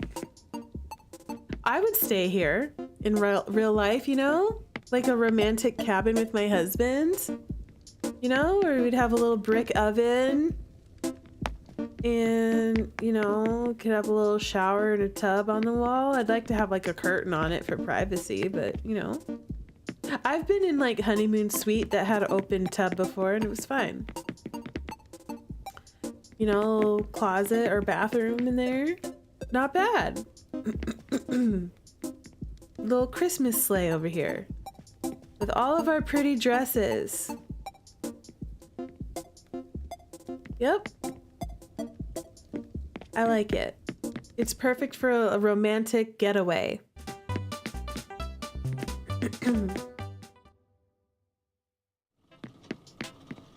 And this is like a workshop. There's like another vehicle. I put plants down there. Everything's old and rusty. Put a dog. There's another tea kettle right over there. See that? On top of the stove. The fireplace stove. Another tea kettle. Another teapot. Well, that's fun. Also, these dog houses. I'll find one that's easier to access. They have a interesting interaction. Did I go over here already? I can't remember. Oh yeah, I did. Yep.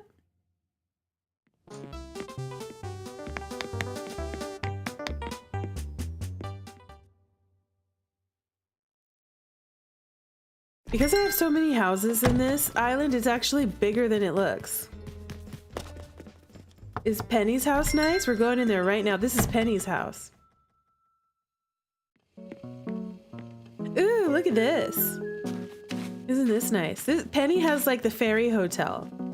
So this is supposed to be like outside. You come into the reception and there's like little bakery stalls. There's this tea stuff, more teapots. It's romantic, yes. There's a little library, little fairy library thing. Isn't this cute? I love this. Actually, this is peak. I love this. Oh my gosh. Welcome to the hotel. Yes, the Fairy Forest Hotel. And then each room is a hotel room. So let's go to the first hotel room.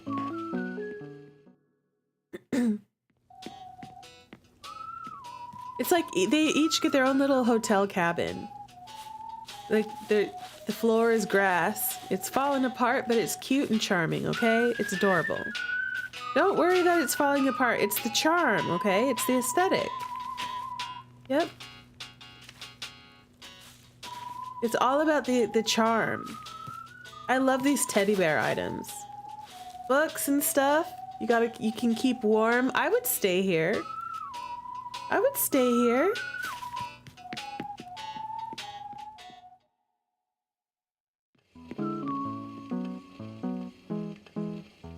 All right, room number 2, or little cabin number 2, because this entryway is supposed to be like outside in the forest. Oh, it's a theater. It's a theater. How cute is this? Yay! Do I have clapping on here? No. Oh my gosh. The gnome, he's like telling us a story about dinosaurs, you know? It's a little theater room. I love it. There's plenty of seating. Plenty of seating on the logs. I love it, actually. I still love that little stage. The gnome is working hard on that show. Look, there's a little newspaper right here. I think I put a pattern on there to make it look like a newspaper. It's like the magazines, and you could put patterns on there.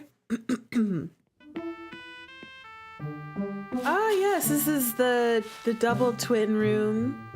You could have 2 people in here, 2 beds. Yep, you could have, there's a little breakfast nook. You could sit on a pillow on the floor or on a chair. This is cute, you know? Cute. Bringing the outside in still. It's like all overgrown, you know, because it's like a fairy hotel, you know? It's part nature, part hotel. I think I put a restaurant up here. This is the restaurant. There's like pizza and stuff. And cake. Yep. I love this. This is so cute, actually. 1.0 Animal Crossing Islands could be cute. I mean, the new items when they came out with walls and castles and stuff, people could really go all out, but this is cute too back then. Ah, I made a spa. I would go here and hang out at the spa all day. I would love this. You know? You could go like hang out in the tub, and then you can lay down here and get a massage. You know? Take a nap. And then there's bathrooms. You know? There's bathrooms. And I try to put little privacy screens. You know, so everyone doesn't have to watch you do your business. It's like the honeymoon suite, you know? His and hers sides of the spa.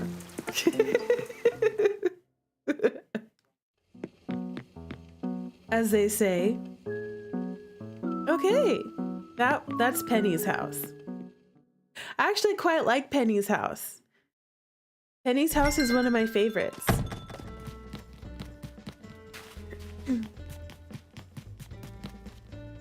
Okay, then if you go over here, there's where the honeybees were. I had some fun stuff on the beach, I thought. Let's see. Oh yeah, you saw the tiki bar already. There's Shep. Hi, Shep.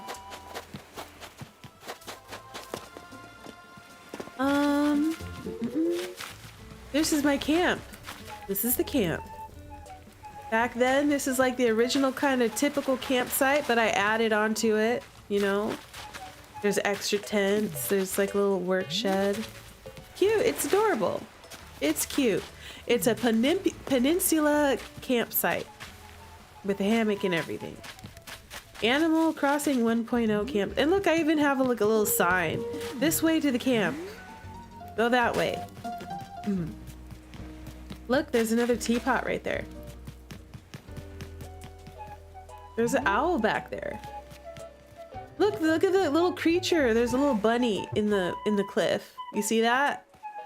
I put a bunny in the cliff. Okay, over here, I have another spa. It's an outdoor, like, Zen spa situation. Isn't this nice? So peaceful.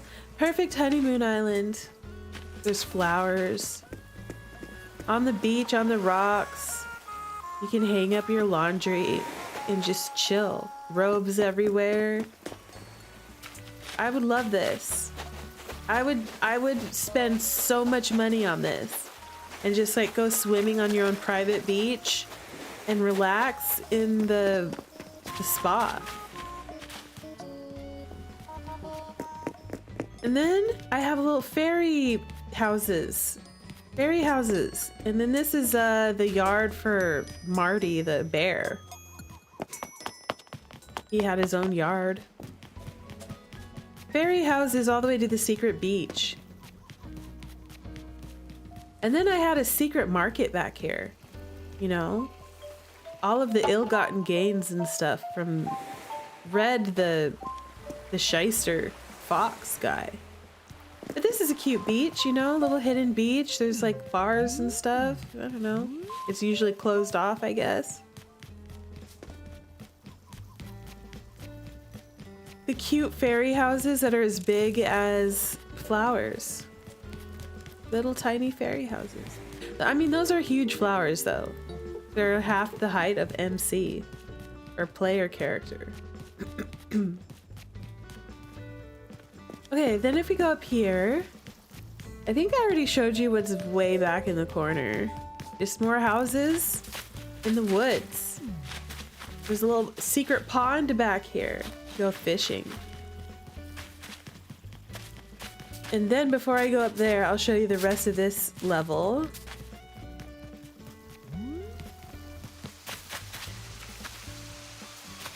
So natural and cute. And then there's another dog because I have dogs everywhere. Can I do it with this? Isn't that scary? Look at that. Red glowing eyes. And it growls. The penny painting really looks like her. I know, right? I took a photo. I can't remember how I did it. I took a photo of her and then I did the line art around it. I like traced around a photo of her to make it look really accurate. This house, so right above, it's like an extension to Nook's Cranny. And it's like mail, it's like an office up here. I put the same color like roof and all that. There's all the mail, all of my characters, all the mailboxes for the whole island are all here. Yep, and there's like, you can weigh the mail. All the packages. And let's go in this house. It's all the TeaTop offices. Here's like the bank. TeaTop post office / banking. That's why there's bars and stuff. You know, you go to the post office or the bank, they have that quite frequently. It's a little messy. They could stand to clean up in here. Yep. I know they're dealing with packages and stuff, but you know, very messy. And they have all of these post mail boxes, PO boxes. And then here, somebody sits here all day and watches over it and they're bored so they read, or they have like a ledger book, a record book. And then you can like weigh the packages, you know, you gotta have all that. Yep. An old school post office / bank like they used to have back in the day. And a waiting area, you know, gotta have your waiting area. And you can write, you know, an area to write back in them days, you know? I wasn't trying to register an outfit. Here's an office. This one is a little more modern. And a modern office with computers. Old computers, so not totally modern. But still, a bunch of my dogs, I have the all dog island. I think a lot of their pictures are in here. Yeah, some of their pictures are in here. Some of them, I love the dog villagers, are my favorite villagers. I mean, I love a lot of the villagers. I have a lot of favorite villagers, to be honest with you. I would totally be happy to have an office just like this in real life. I would love this. I'm not gonna lie. It's kind of awesome. We've got the coffee machine. We each would have our own desk, you know, our own space. We have a couch in here. We could watch stuff on there, you know, have your Zoom meetings up there. It's not bad. The little water thing. Not a bad office.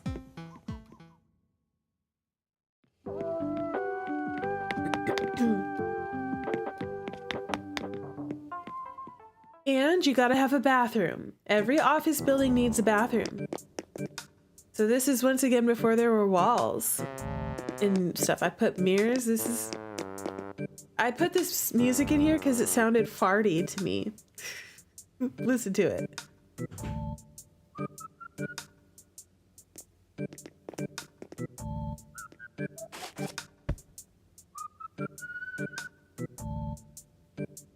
It'll make that sound in a second.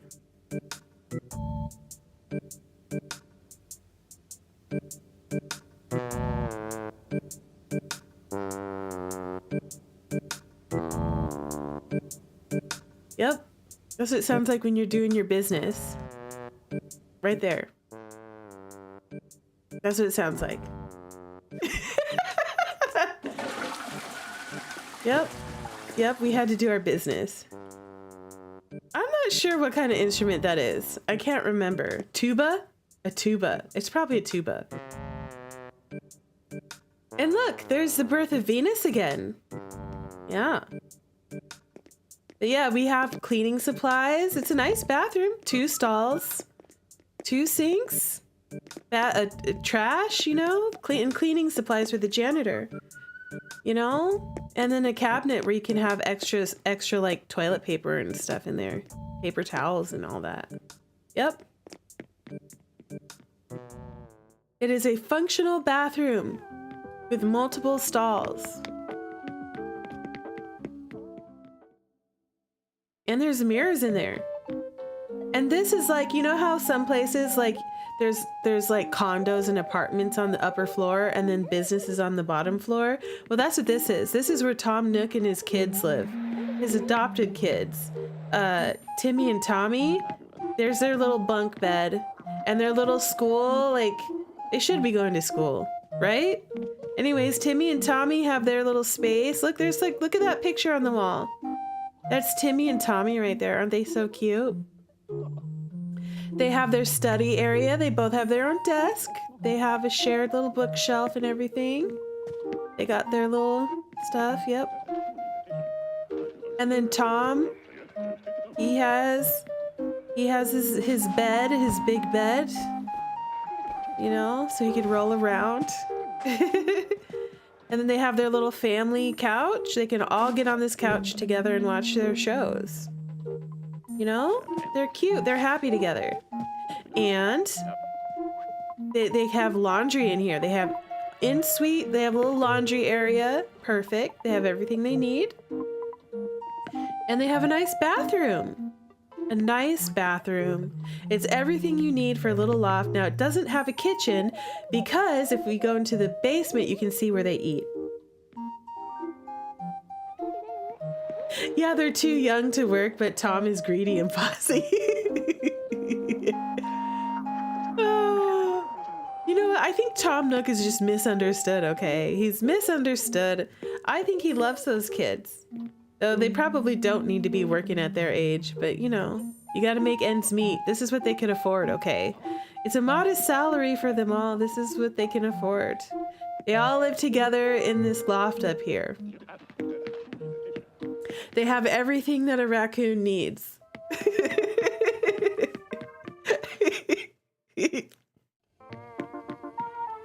And then they don't need a kitchen up there because there's a whole cafeteria down here.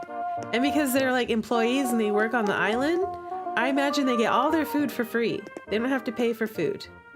It's all covered. It's a nice place. It's a nice restaurant. Look at this. That looks delicious. I would eat that. I would eat that. Okay? Look, look, we have all the things you need to cook. All the things you need. We've got the fridge, we have the stove, the oven, the all the stuff. We even have a cashier. And this is before there was cash register items in this game. We're gonna do an old school typewriter. It works, okay? It fits the theme. It fits the theme. We even have art. We even have art. Yep. I wouldn't mind living there. I think it's cute. I wouldn't mind working here. You know? It's got everything you need. And that's why one of my the person who owns that house, she has like a little office uniform outfit on. It looks super cute. Look, there's a bear in a cave. Isn't that fun? Yep. And lots of honey everywhere. You know, you can put honey in tea. Honey is really good in tea. So it's perfect for TeaTop. Oh, I didn't need to go in here. Hi, Maple. Your house is actually perfect for this island. You're so cute. I love you. Maple is one of my favorite villagers too. She's adorable. Little cute teddy bear. And then here's like a little fairy. I don't know what this is. I was really proud of it when I made it though.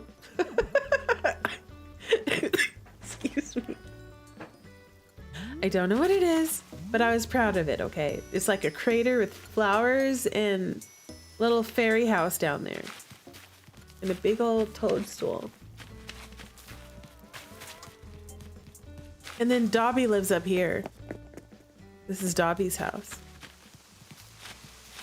Yep. Dobby. So cute. And then if you go over here, this is one of my favorite spots on this island. It's a little picnic area. And it has, this is where all the trees, all of the fruit trees are all right here. All of them. There's one of each. One of each fruit tree. And then it's a cute little picnic. I love this spot. And then if you come down here, you go down to the first biome. Time for the top biome. You like an amphitheater but full of flowers. Yeah, that's kind of like what it is. Yeah. With lots of flowers. There's the thinker. More statues. This is like a dwarf mining situation. There's all these gnomes, they're dwarves and they're mining gold and stuff, you know, because dwarves like to mine. And when I was playing this was a functional area. I could hit all of these rocks. I put all the rocks, this is my rock garden. All the rocks, I put them right here. It took me a long time to get them there. But ever since then, I figured out how to place rocks. And that's where all of my islands actually have a specific place where all the rocks go. And this is where this one goes. I actually quite like this little dwarf mining operation over here. It's cute. And it's cold up here, so I've got frozen stuff. And there's melting snow. It's supposed to be like spring, you know, and it's like March or something in the mountains, or April. And it's still snowy all over the ground, and it's still cold, but it's starting to melt because it's springtime. But it's, yeah, melting snow. It totally looks like that. And we have a house up here. The winter house. The mountain peak house. It's all frozen. It's like an igloo.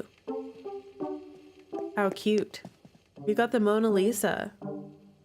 Yep. I think that might be the fake one, right? I can't remember. Actually, that might be the real one.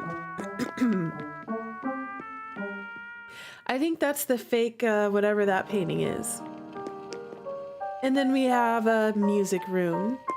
Yep. I was gonna play the instrument. Whatever. More music.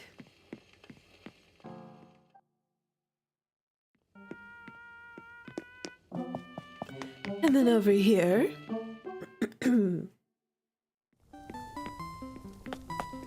Oh, this is a cozy kitchen. I actually quite like this.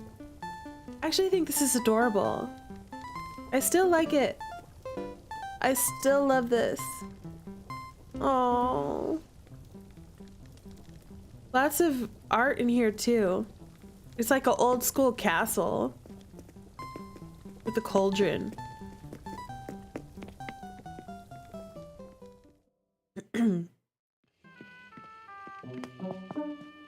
And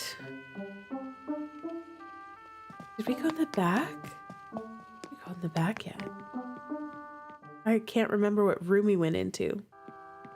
Ah, this is the throne room. The icy throne room. Yep. It cost me a lot of money to get that crown. And a lot of gold to get this. The throne. And those are HOA awards on the roof up there. Up on the ceiling, on the wall. On the wall. And flags. Outfits. The little knights. Yep. That's the throne room. I like making throne rooms, actually. It's quite fun. It's an ice castle. That's what this is. Oh yeah, I already went in here. This is an ice castle. The frozen castle.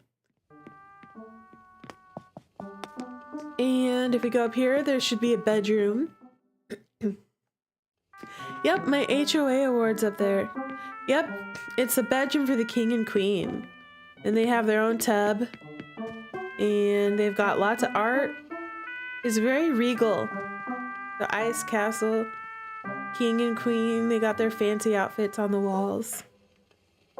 Very fancy. They have a nice place where they can sit and drink tea together. And they have a bird. Real. You know, birds are fashionable. Yes. For royalty. Yes. And then, of course, you have to have a dungeon in the basement of your castle.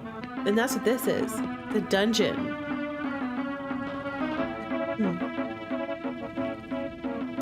The dungeon. With treasure. It's a treasure dungeon. It's the yandere room. Exactly. Yes. The yandere room. This is where we put everyone in a cage. Put them in a cage with lots of treasure so that they'll be surrounded by glamour. They'll be surrounded by riches, okay? It's because we love them, right? That's why.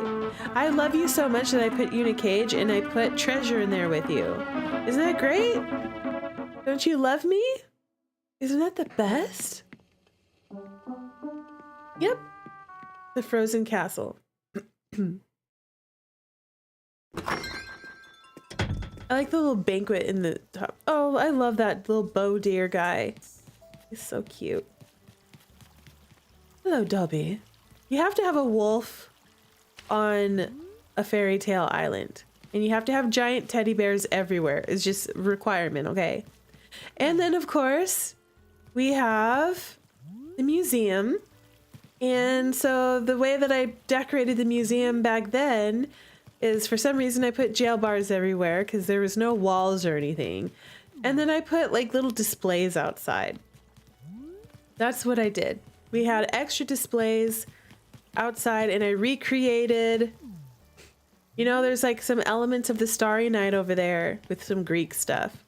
And then I did the birth of Venus again. I like doing that. Yep, and then here's a villager house. Sprinkle lives over here. Sprinkle. She has like a little ice patio.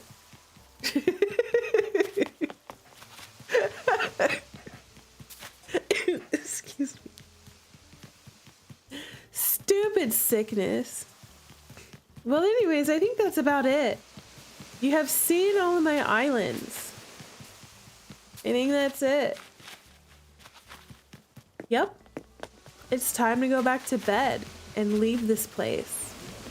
You saw it all.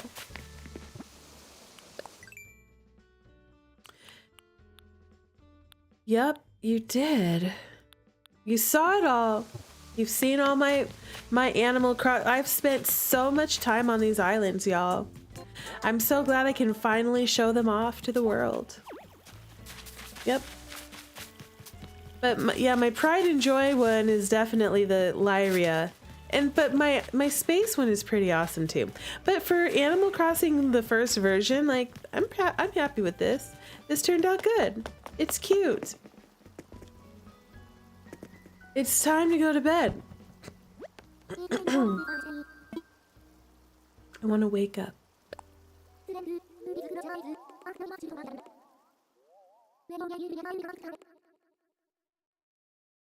I feel like there's a room that has Penny and Bo in it that I forgot to show you. In the main house. Yeah, it's okay.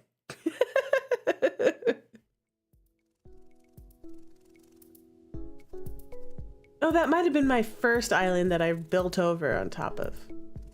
Yeah. There's an original island that got built on top of. All right, everybody. That's it. Let me save this hot mess.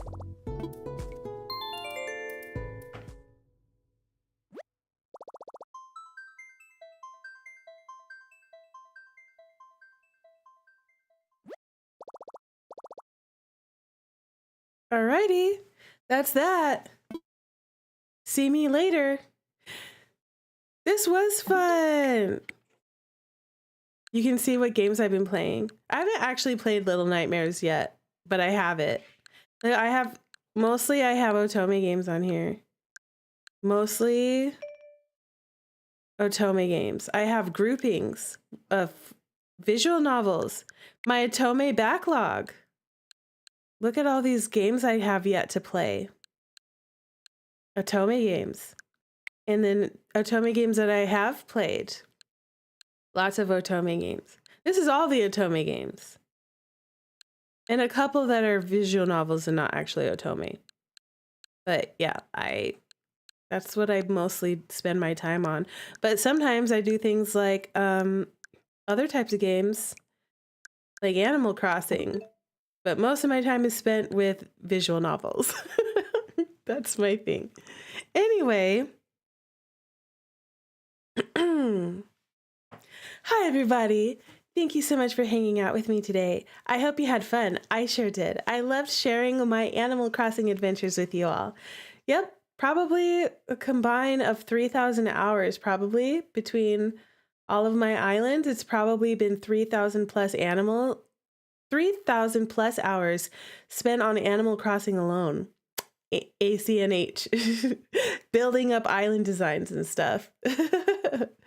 But I'm really glad I could share it with you all today, and I'm so glad that you decided to spend your evening with me. I look forward to seeing you next time.